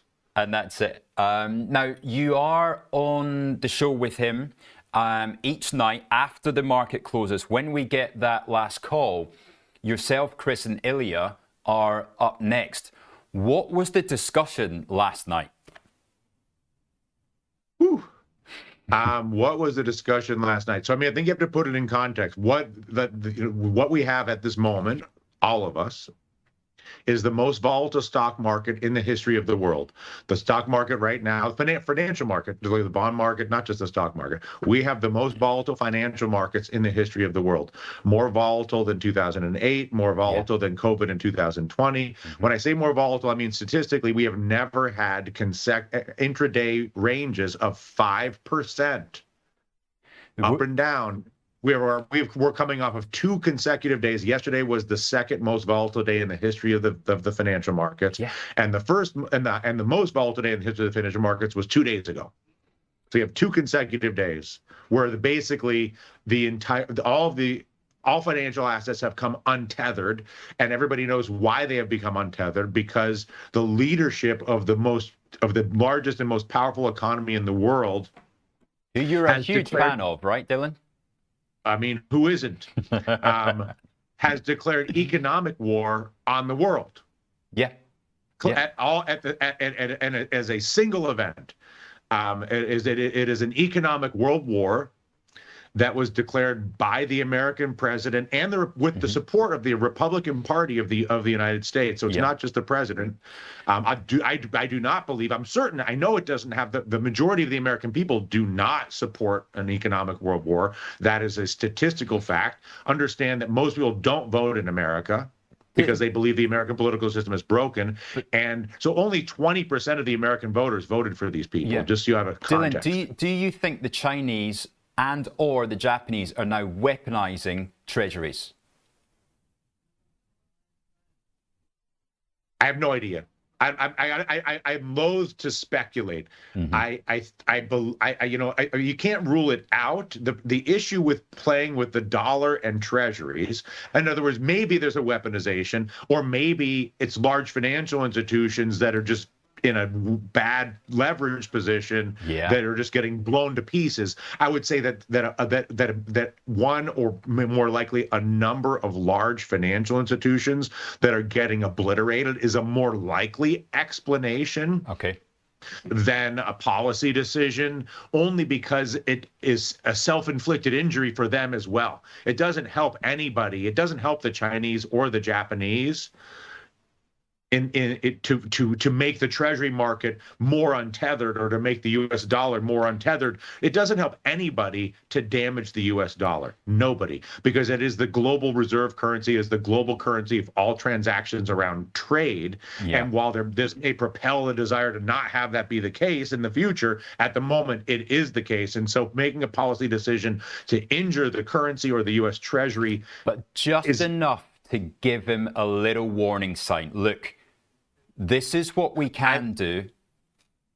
Maybe. So I was thinking about it this morning. I was like, okay, what? Because I'm obviously based here in Milan. I have a number of relationships, business relationships, both small, medium, and big businesses here in Europe, and relationships with at least visibility to business leaders in Japan, in Shanghai. I don't know anybody in Seoul, but through the people in Shanghai. So here's what I was thinking this morning: what's the best possible response to the Trump declaration of economic war on the world? And the obvious answer would be for Asia, specifically China, Japan, and Korea, plus the UK, Western Europe, Central Europe, the Middle East, Istanbul, Dubai, Russia, Moscow, to declare a global free trade agreement. Wow, right. God, let that sink into my Scottish brain for a second, because suddenly you open up, you reopen Everybody's globalization. trades with everybody but you. Yeah. Global free trade ex-USA. But you don't have to do it. What about the threat of it? What brings him down from this stubborn, egotistical platform that he thinks that him and Besant and Navarro and Lutnick the are bond on? market. The bond market is the bond market brings everybody to their knees, whether it's any political leader, Liz Truss. And so and that's why this is an interesting moment, because the bond market and the dollar by association, but really the bond market. The bond market is the only thing that can. This is Achilles' heel. It's every politician. It's every human being's Achilles' heel. Because if you cannot borrow, or if you're having to borrow at 6%, game over. Yeah, the bond market is the most powerful entity in the world. And especially when somebody's got 10 trillion of debt to refinance.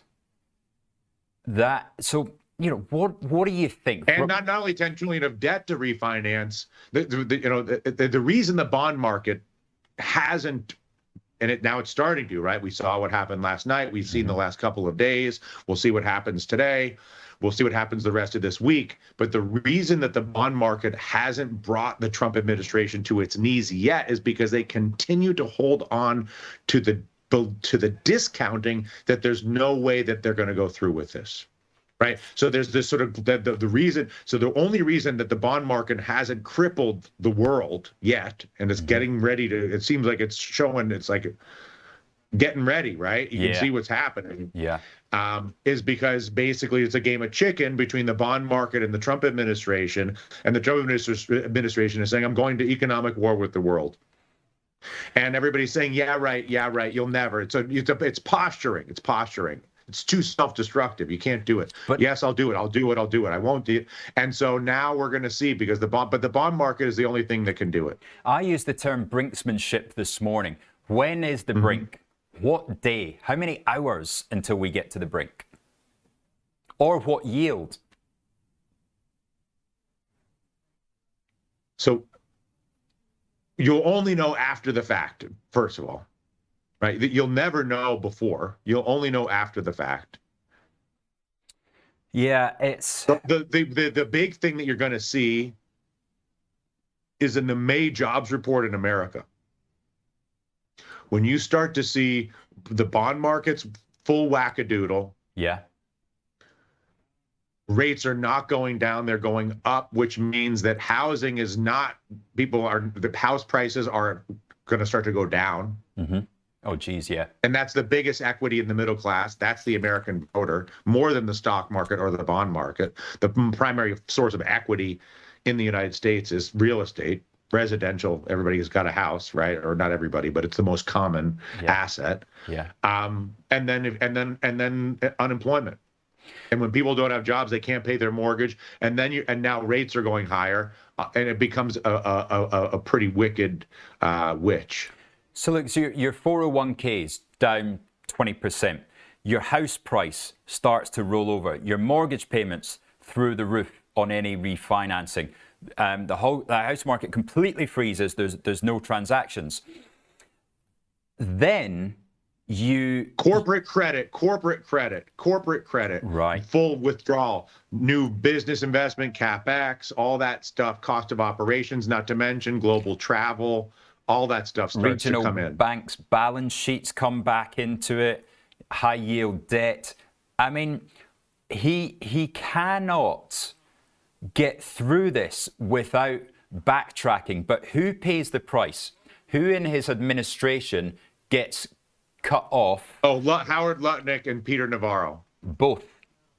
Yeah, no, they are the, and the day that Lutnick and Navarro get fired, the market will be up 5%. Well, I mean, you know, what time today? You know, that might happen this week, by the way. Yeah. What's that? I think so. I mean, I think we're getting to that point of the brink, and you just get a little bit more bond vigilantism, and we get up to a 4.6, 4.7 10-year, and one of them's gone.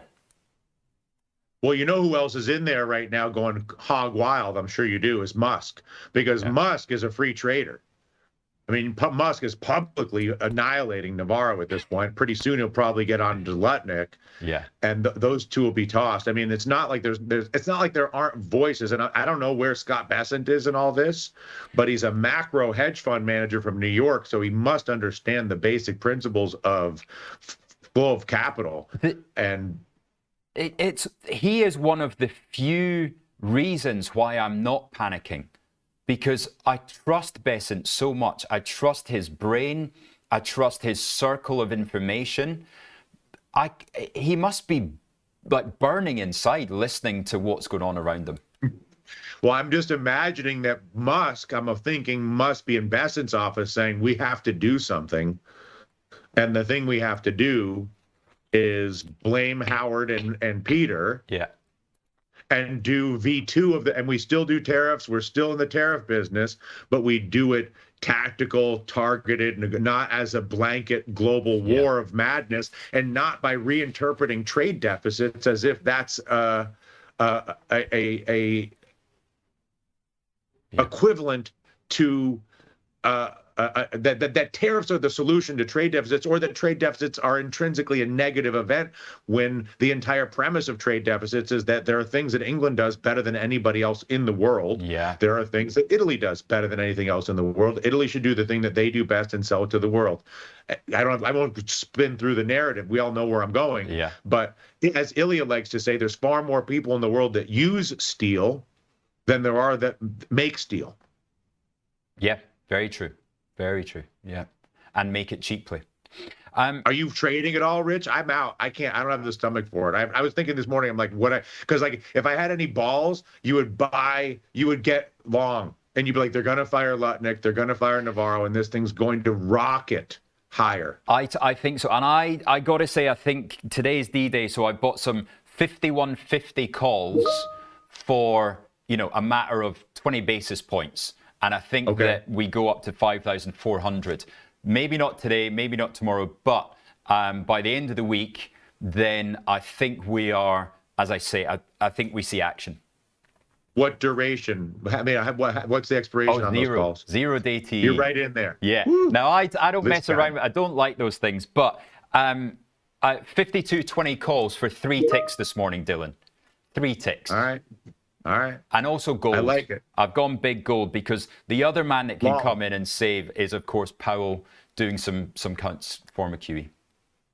Well, or the other thing, Trump might fire Powell for his refusal to cut rates. Which would be illegal. I know it's illegal. I mean, but then now it's full crazy ball. But I mean, Trump is already taking people off the streets and shipping them to prison in El Salvador with no due process. Yeah. The law is meaningless to these people. Yeah.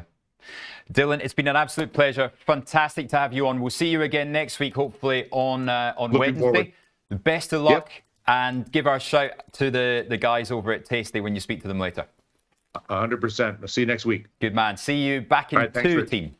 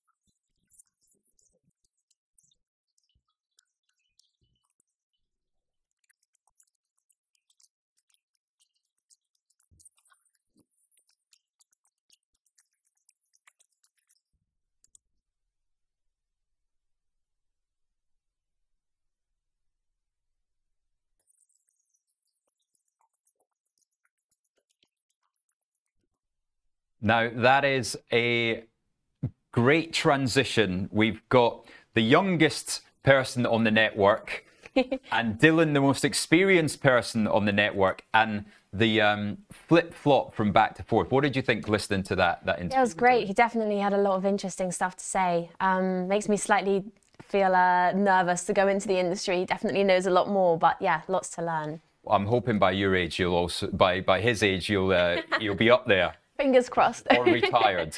That would be the dream. Now, last time Emma was in, we went through a market measures, right? I think we'll do the same today. This is stepping away from the options beginners course because it's a specific one on the probability of significant market moves. That's what we're seeing at the moment. So I thought we'd take us through some of the statistics behind what is going on at the moment. Now, Emma, over to you. Yeah, so thank you. The historical average daily movement for the S&P 500 has been plus or minus about 0.5%. But in the last year or so, we've observed quite a big decrease, 0.44% and 0.34%, which is a lot lower than the long-term average. You can see quite nicely on the graph there, just showing the distribution. Right, and that goes all the way back to January 2004. Look at these days during 2008. I wish I could zoom in on this. I don't think I can. Yeah, we've got a down 10%. This, I'm looking down here, right? We've got a down 10, we've got a down 9, maybe a few down 7s, and then, but that's it, right? The financial crisis, which lasted about 18 months, 1, 2, 3, 4, 5, 6 moves, 7, 8, 9, 10, about 10 moves down more than 5%, right? During COVID, 1 down 11, 1 down 9, 1 down 8, and then a few scattered around 5. Remember, Thursday, we were down 5%. Friday, we were down 6% on the S&P 500. And on Sunday night, we opened down 4% before any selling had taken place. Let's look into the statistics of what goes on here. So as the concerns about potential risks on the downside keep getting bigger, what we're most interested in is understanding the probability of significant market moves in the long term. So we had a look at the probability of the SPX having 1%, 2%, 3 and 5% daily changes within a 5-day trading period over the last 20 years. The probability of experiencing such big daily moves, such as a 3 to 5% in a week, has been 0% so far. But this is from before the start of the crash. So this is actually from back in January. We ran these stats. Gosh, yeah, take us back. Yeah, absolutely. Yeah, but the probability of having 1% or greater move in a week is actually quite high. You can see just there on the graph explaining the percentage probability for the move on each day. So yeah, so plus or minus 5%. The chance of seeing it in one day has been 0.7% occurrence. The chance in 3 days, 0.1, right? This is how irregular the past week has been. Yeah, so we also know that extreme market movements can last longer than expected. So we're curious if these large moves are independent from one another or not. It'd be nice to know in the current climate, I'd like, but yeah, I guess time will tell. Absolutely. And we found that moves are up or down 1% or smaller tend to be largely independent, right? So the small moves are independent. It doesn't matter what it's done in the previous day. Anything can happen. However, for bigger moves, that's not the case. Emma, run us through some of those stats. Yeah, so you can see on the left there, the SPX daily percentage change. The chance of it occurring on any day for 0.1 to 0.5% is about 86%, so relatively high. And then you can see down at the bottom there, it's much, much lower of 0.6%. And then moving across to the middle section, the chance of occurring directly after a move of such magnitude is still pretty high for 0.1 to 0.5%, but as you go down to 5% or greater, it's again much higher than it would be on the chance of occurring on any day. So yeah, summarizing at the end, you can see how many times more likely it actually is. So when vol has moved higher, right, if you get a 5% move, the chances are vol has also spiked. When vol spikes, you've got a 40 times more likely chance of it happening again the next day. Yeah, this suggests that outside market moves often occur in clusters, right? And that's definitely what we've seen in clusters around certain time periods. For instance, a 5% increase or decrease over 2 consecutive days, the likelihood of that happening is 40 times higher than if the events were completely independent. So to finalise, there's a very low probability of consecutive significant market moves, those exceeding about 3%. But for small daily market movements, usually less than 1%, which tend to be more independent. However, there is a significantly higher chance of larger movements of over 2% happening straight after following the first event. So you can see the relation between the two just there. Fantastic. Right. Thank you very much for that. Let's go back to some of our screen off. Thanks, guys. Thank you. And I'll just go back to the update because we haven't had an all sessions update for a while. Emma, run us through now what we're seeing. Yeah, so at the top there we've got Palantir Tech, which has changed about 3.7%. Tesla 3.5, Nvidia 3.4, just about. Broadcom 2.6. Apple's still 1.9, so not as crazy as the others. And yeah, Nike still 2%. Come on, Nike. Yeah, lucky for you. Yes. Maybe I should have invested in that this morning. That's going to keep me out of trouble today. And then on the downside, apart from that Treasury bond, not seeing too much, are we? No, down 1%. Eli Lilly down 1%. So that pharma sector taking the hit again. But taking a look at futures and commodities as we come towards the end of the show, we'll go to some of your comments before we get there. What jumps out at you there, Emma? You see at the top, oil, US crude oil has changed about -3%. And same for Brent crude as well. Probably impacted by the tariffs a little bit or a lot. Yeah. And the same for the other commodities just there too, although gold and silver is still up. Yeah, now's a very good time to be putting into gold, I think. Yeah. So, right, wonderful, wonderful to have you in yet again. Let's see what some of the comments that we've had.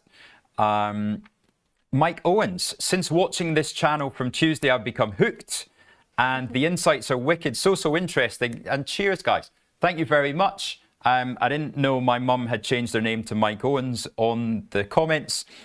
And yeah, if you also feel that, then please give us a thumbs up, give us a like, give us a subscribe, a share, whatever, stick us on social media. It's been such a fascinating morning. Emma, tell us where you're off to for the weekend. Make everybody jealous. Oh, well, much like you, I'm off to Spain to see my granddad for his 85th birthday. The 85th? Yeah, very exciting. So yeah, taking a slight break from all of the craziness in London, but yeah, it'll be really lovely.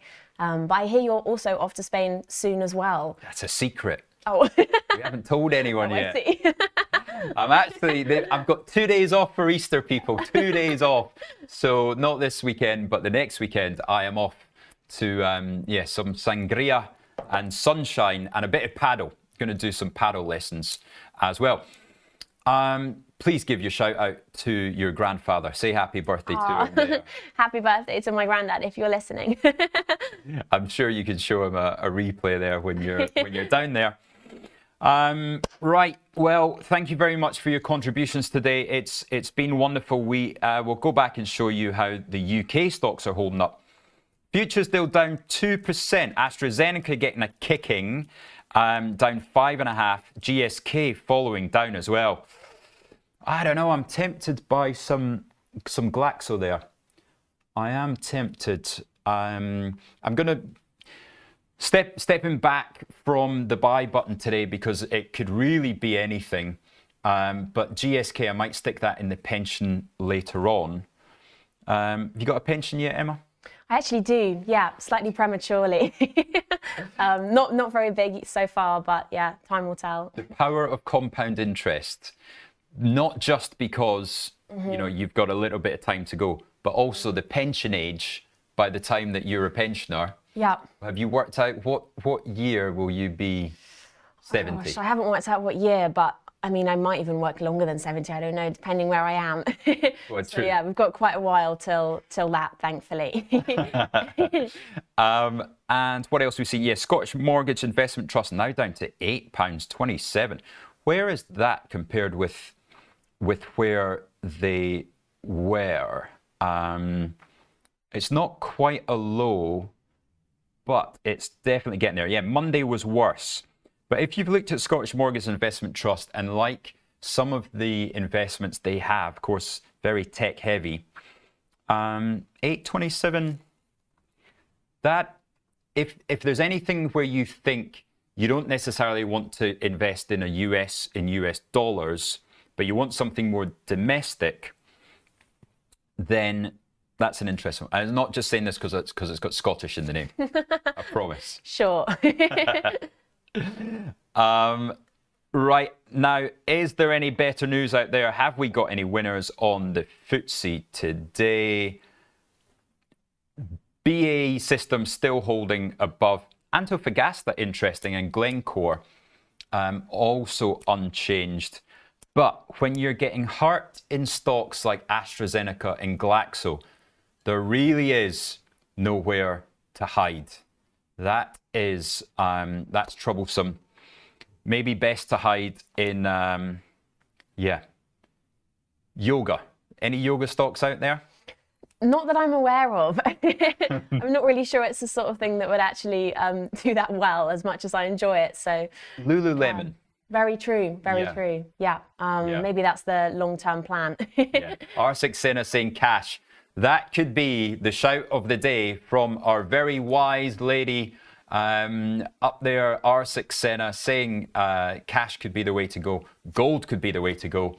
But what is for certain, we will know this time tomorrow what the answer is. Join us again, 7:30 a.m. tomorrow morning. Not Emma, she'll be on her way to the south coast of Spain, but you are back next week, I believe. I am indeed, looking forward to it. Thank you very much for having me. Absolute pleasure. We'll see you tomorrow. Very best of luck today. Keep it small, keep it nimble. Watch those headlines. 1:10 p.m. if we're going to get any Fed action.